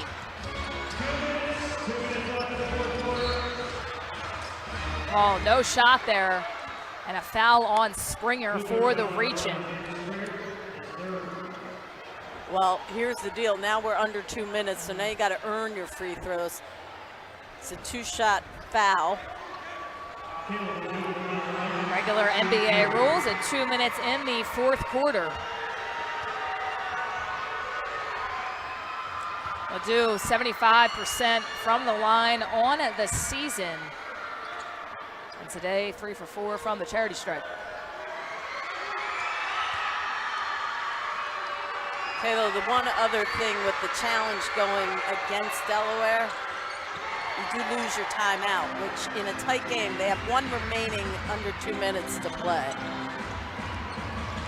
Losing it inside, Key gets it back. Falls over Ledoux, who was already on the floor. Both guys seem to be okay, though. That will be on James.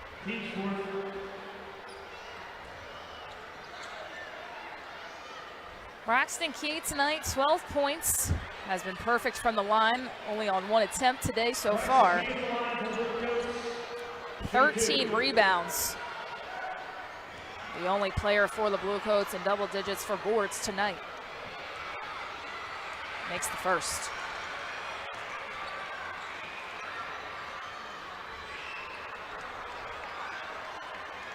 Braxton Key, as we talked about him on Tuesday night, the glue guy, and a big one at that. 2 big free throws. Misses the second, but rebound goes back to Springer. Well, certainly in this second half, offensive rebounding has been huge. And so has Mac McClung, down by 1 with 1:37 left to go. That was their 20th offensive rebound, and when you're struggling shooting from 3 especially, as a group, creating those second possessions are huge. Justin Jackson has been quieted in this 4th quarter. Jackson, not anymore. Well, that's an 8th made 3 for him, which does set a season high. His 32 points is 4 shy of his season high. I did go and look, his career high is 41, which he set a couple of years ago. A couple seasons in 2021. 2021 at that, of November 6th of 2021. Looks like they're gonna take a look at that play. We will stay here as Jackson does have 32 right now, along with 12 rebounds and 4 assists. Well, the one nice thing is when they're reviewing something, Kobe Carl is over there talking to his team when you only have 1 timeout left in your back pocket. That's huge for this aspect right now, as they want to talk things over, see who they send out. Looks like the same unit they've been playing with, so that's Jaden Springer, Charlie Brown, Mac McClung, and Braxton Key. Looks like McCall might be checking into the game as well. And I think if that is the case, from a defensive standpoint, he has his strongest perimeter guys out there. And that's the beauty of Braxton. You can slide him to the 5 to be able to play, down low with the bigs. Officials still looking at the play, and that's been one thing that I think is really going to help the Delaware team in the playoffs as well. Braxton Key just so efficient defensively. On the other side for Justin Jackson, he's been so efficient from the offensive standpoint.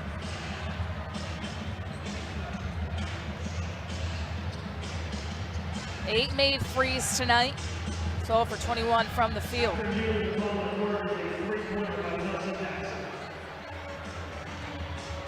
So it looks like they were checking to see if his foot was on the line or not. And the 3 goes. We had the best view in the house because he was right in front of us shooting that 3.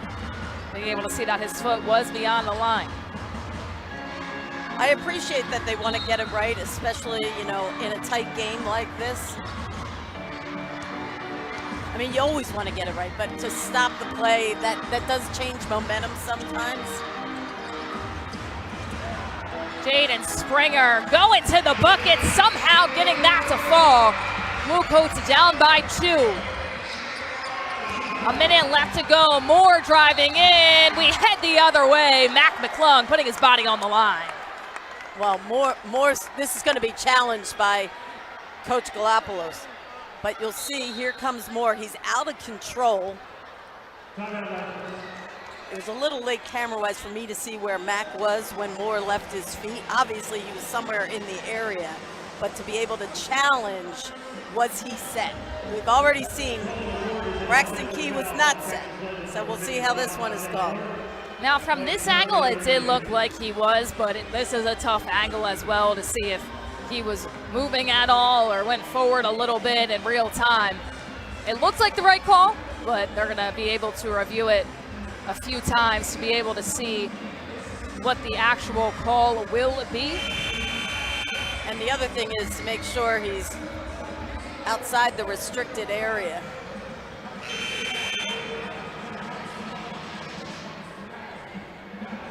Blue Coats. There's definitely Mac is standing still.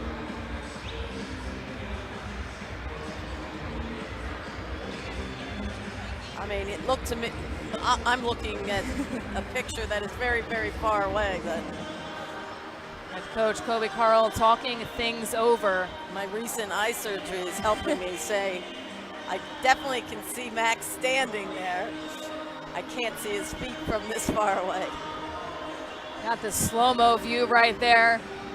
I don't have the best eyesight, so that's a little tough for me to see. Like I said, in real time, it did look like he was set. The officials getting it up close. And still looking at this, so making sure that they had the precise call. This is a big call right now. Oh, yeah. I mean, maybe even bigger than the challenge call by Kobe Carl earlier on. And again, the crew chief is Brent Haskell. The blonde is the referee, Teresa Stuck. And then what they call the umpire is Stacy Blow. They've done a pretty good job in this game so far, reviewing plays, as we mentioned. And the other night, 48-116 Delaware win. We did not have any challenges. We did not have any discussions with the officials. And that's what happens in a blowout like that. Now when you're in a tight game, you have these opportunities to challenge tough calls that could or couldn't affect the outcome positively or negatively for you, whoever you are, if you're the Legends or if you're the Coats. I do think it's a good challenge by the Legends. Once again, this changes a lot of momentum. They do have one timeout left on the scoreboard, though. So this becomes a little bit dicey. So it's going to stand. So a good challenge by George Gallinopoulos. It was not successful. 122 to 120. Now the Blue Coats have the ball, 58.6 left to go. I'm getting to know Brent Haskell real well here today. Great job relaying the information to us as well in the booth, so we know exactly what the call is and why. And again, if you're Coach Gallinopoulos, you can't take it home with you, so you might as well use it. Springer driving in, tied up, and he's going to head to the charity stripe. Once again, regular NBA rules under 2 minutes in the fourth, so we'll have 2 shots at the line. Well, we've seen this from Springer all night long. I mean, just get to the blue area. He's just attack, attack, attack. And he has gotten past his season high, now has 32, trying to make it 34, which would tie the game. First one goes.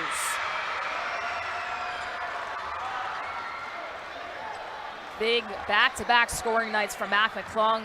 27 on Tuesday night, 30 tonight, with still time left to play. Now we're all tied up at 1:22, 48.9 left to go. Keep in mind that in overtime in the G League, we have the target score. So if in fact we are tied, it'll be the first to score 7. And a late call from the officials. Blue Coats frustrated once again. No challenges in the pocket for Delaware. I mean, the only thing I'm going to say, Charlie Brown Jr. needs to keep his emotions away from the official right about now because it's too important. Here comes Lacey James.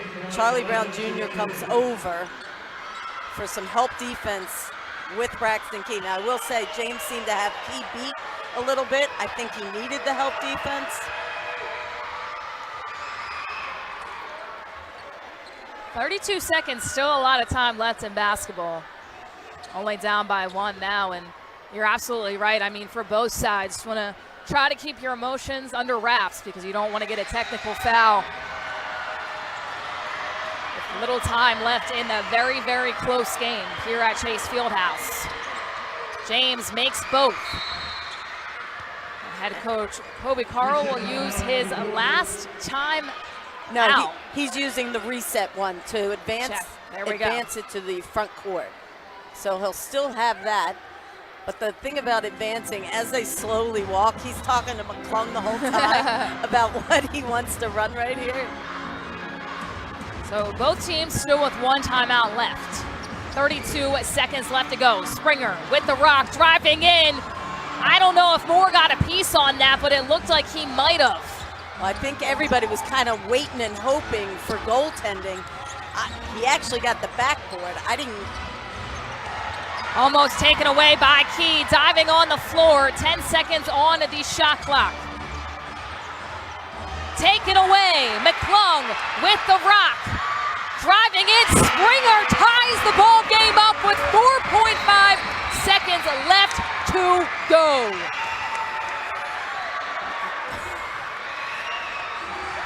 George Gallinopoulos was screaming for his timeout. Now, they put the on it because it was at 4.5. Either way, it's 4 and change. What a play, though, if we have it. Mac McClung getting the steal, 8th steal of the game for Delaware. And here he gets it, gets in a passing lane, finds the guy that you want attacking the rim, and that is Jaden Springer. 1, because he's so strong. 2, he's a perfect 5 of 5 at the line. As it turns out, they don't foul him on the play.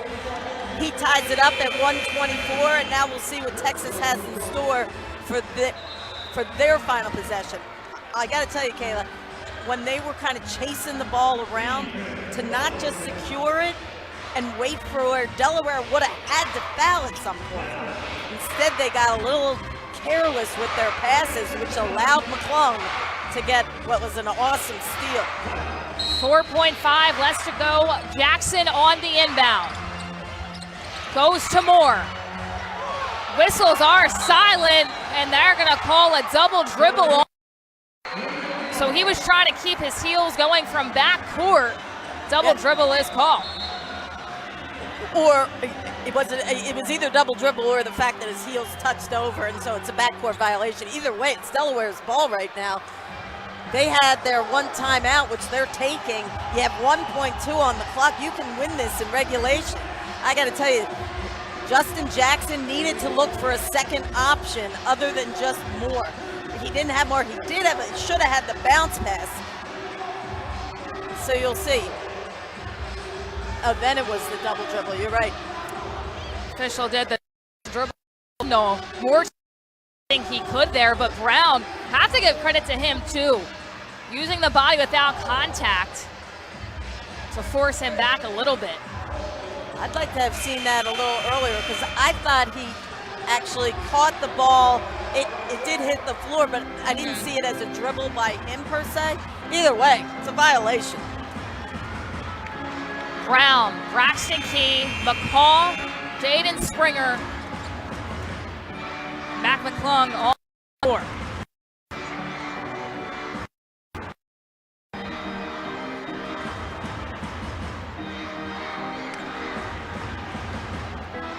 So they are guarding the inbounds. I like some kind of action. 1.2 for McClung. left to go. Braxton Key from the right wing, in and out at the buzzer. And we will have extra time. So close for Braxton Key. Can't get much closer than that if you're the Delaware Blue Coats. 124, all tied up. We'll have extra time. Head to overtime here at Chase Fieldhouse. Don't go anywhere. Caution, vehicle electrified. Contact results in rapid heart rate.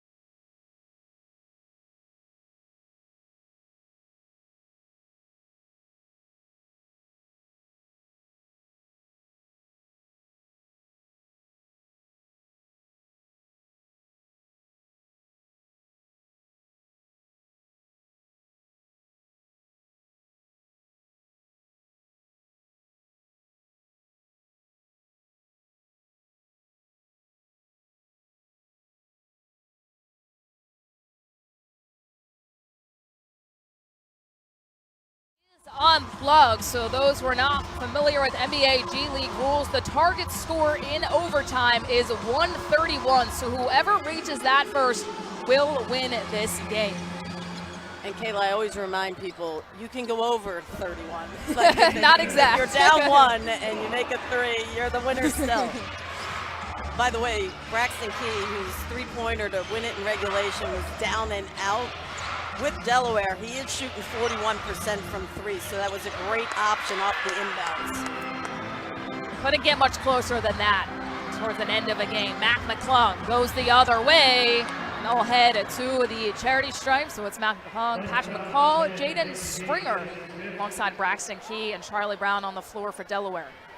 And again, just get downhill, McClung, because Lacey James cannot hang with your speed.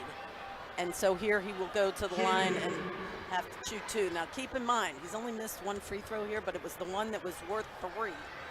At a critical time, he made up for it when he made the three on the ensuing possession that was part of the flagrant foul. And now he has an opportunity to go back and make a couple. And it makes both. 5 points away from the target score, which once again, ladies and gentlemen, is 131. You can go over. Kayla, I've seen a number of these this year, these target score finishes. The defense goes, like, it's taken to a new level because you understand that possessions are so critical. And right there, you have Hardy turning the ball over. Braxton Key has been so critical on the defensive side as well. for this Blue Coats team, especially late in the fourth quarter. Now putting the pressure on Hardy and forcing him to turn the ball over. McClung to Springer. Springer, top of the key, free. Key, rebound, and all head to the line for 2 shots. Now again, Jaden Springer putting it up from downtown where he was 1 of 3 thus far today. Nice job by Braxton Key on the offensive glass, which has been such a strength of this team, especially in the second half. They now have 21 total offensive boards. Makes the first shot. Braxton Key, 13 points. When you talk about a glue guy, he's the guy that you think of. Isn't in the starting lineup, but is in the lineup when it comes down to crunch time. You're not going at it without Braxton. Such a pivotal part of this Blue Coat squad. Jackson. Again, you just got to get stops. Hardy from way downtown knocks it down. And this is where strategy comes in. So right now it's a 1-point game. Obviously a 3 for Delaware will get it done, but you don't have to go for the 3. And you don't want to settle for not a good shot. McClung doesn't make that, but will head to the line for 2 and right on target, D. Right. So attack the basket. You've attacked on the first 2 possessions and gotten fouls. Mac did it the first time, Braxton on an offensive board, and now here comes Mac again. I'll take my chances of getting another stop to then have another possession after this. Makes the first. The Legends still 4 points away from the target score. McClung makes the second. They'll be just 1. That's the Blue Coats. Misses the second. Big rebound by Jackson. So the Legends will call a timeout. Both teams get 2 timeouts in the overtime period. Blue Coats, though, just 2 points away from winning this game, which has been a gritty game, to say the least. The Legends came out as a much different team than they did on Tuesday night, but the Blue Coats really wanting that home court advantage in the playoffs. And tonight would be a big reason to show why if they're able to come away with a victory. Well, it would continue to separate them from, Maine is not playing today, so you would gain a half game on them. You already are up 3 on them. And with 3 to play, you would like your chances of closing out the season and being able to get that first round bye.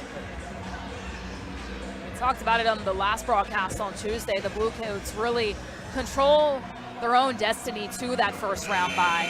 They can win out. Not only do they have a ton of momentum going into the postseason, but also being able to clinch a very important spot. Well, let's see what the Legends do coming out of this timeout.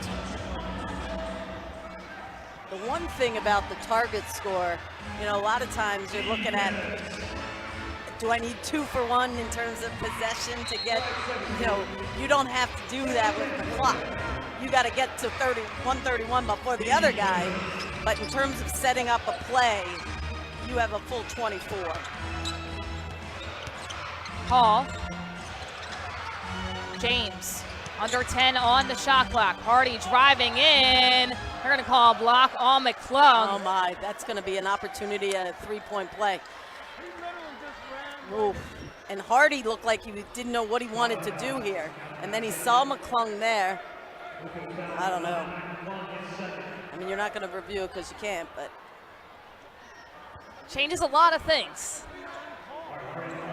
If you're Hardy, you make this and you're 1 point away.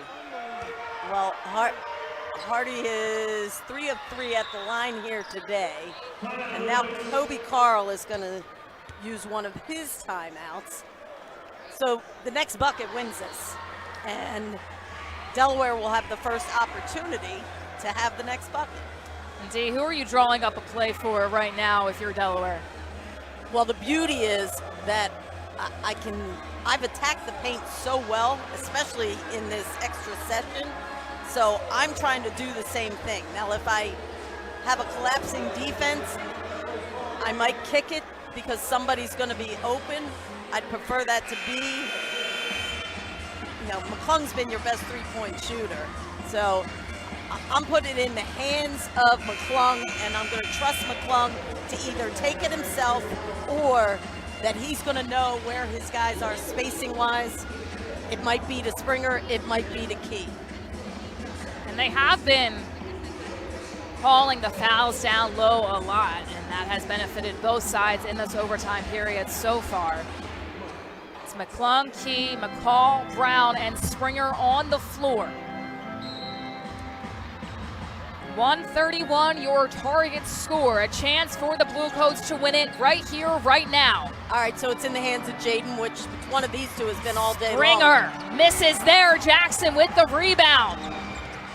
And their coach is saying, run it, run it. He doesn't want a timeout. He doesn't want Delaware to get their defense set. He trusts his team to be able to get a good possession here. Moore picked up his dribble. Well, he did because that. Coach Gallinopoulos did not like what he saw at that point. He does have the timeout. His team was at 11 seconds on the shot clock, so before it gets any deeper in it, now you design something to get you a bucket with 11 on the shot clock. And I like the play design by the Blue Coats. I mean, that mid-range has been like a layup for Jaden Springer all day long, but at the same time, you look at the Blue Coats, you see Matt McClung has had a lot of the momentum, and now if you're the Legends, you can come into the Blue Coats house and draw up your last play to try to get a win after falling really hard Tuesday night. Well, they have not surrendered. In regulation, they had led from like 4-minute mark of the first quarter all the way to the end. They fell behind in the extra session, the target session, whatever we want to call it. And now here on that Hardy three-point play, have been able to take the lead and need just one bucket of any kind to win this game. One bucket of any kind. It's Hardy Hall along with Jackson James. And inbounding is Moore. Jackson, 10 seconds on the shot clock. Jackson splitting the double team floater, doesn't go. Now Delaware with a chance to win it. And this is where Springer. Delaware is at its best. Key. And they're going to say it stays with the Blue Coats. So a lot going on underneath. Nevertheless, Delaware will keep the rock. And head coach Kobe Carl wants to talk things over and use their last timeout. There's 14 on the shot clock. Now, here's the deal. I mean, I love that they took the board and they pushed the pace. That's who Delaware is. Jaden Springer got to the paint. There looked like a lot of bodies around him. And Braxton Key attacked the offensive glass as they have all day long. Key with his 16th rebound. Look at him, offensive board. He lands awkwardly, thinks he can come back up and under. I mean, James was there. He was standing with his arms straight up.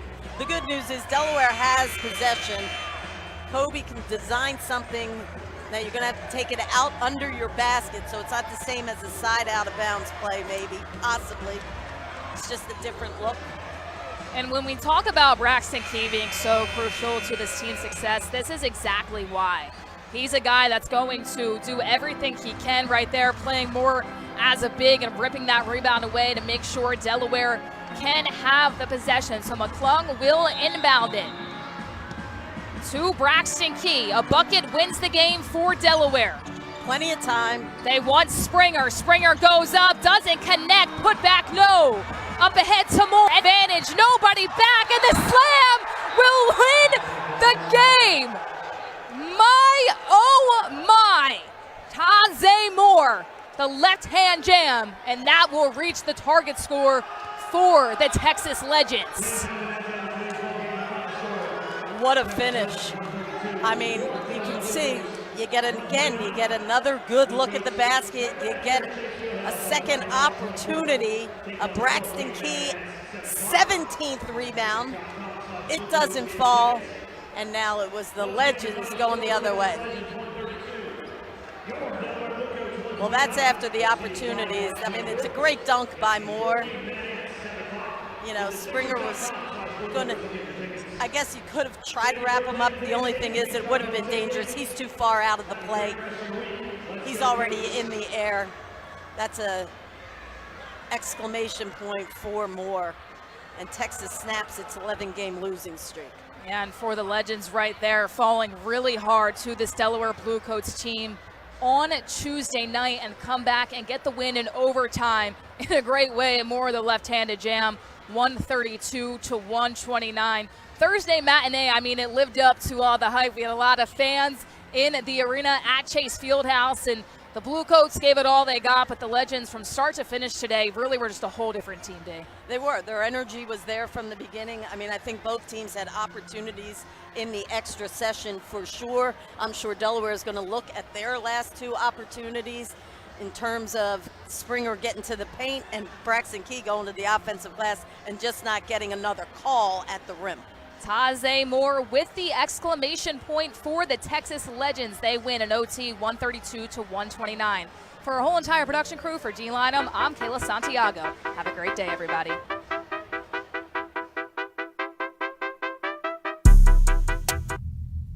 Caution, vehicle electrified. The NBA G League may not be retransmitted, reproduced, rebroadcast, or otherwise used in any form without the express written consent of the NBA G League.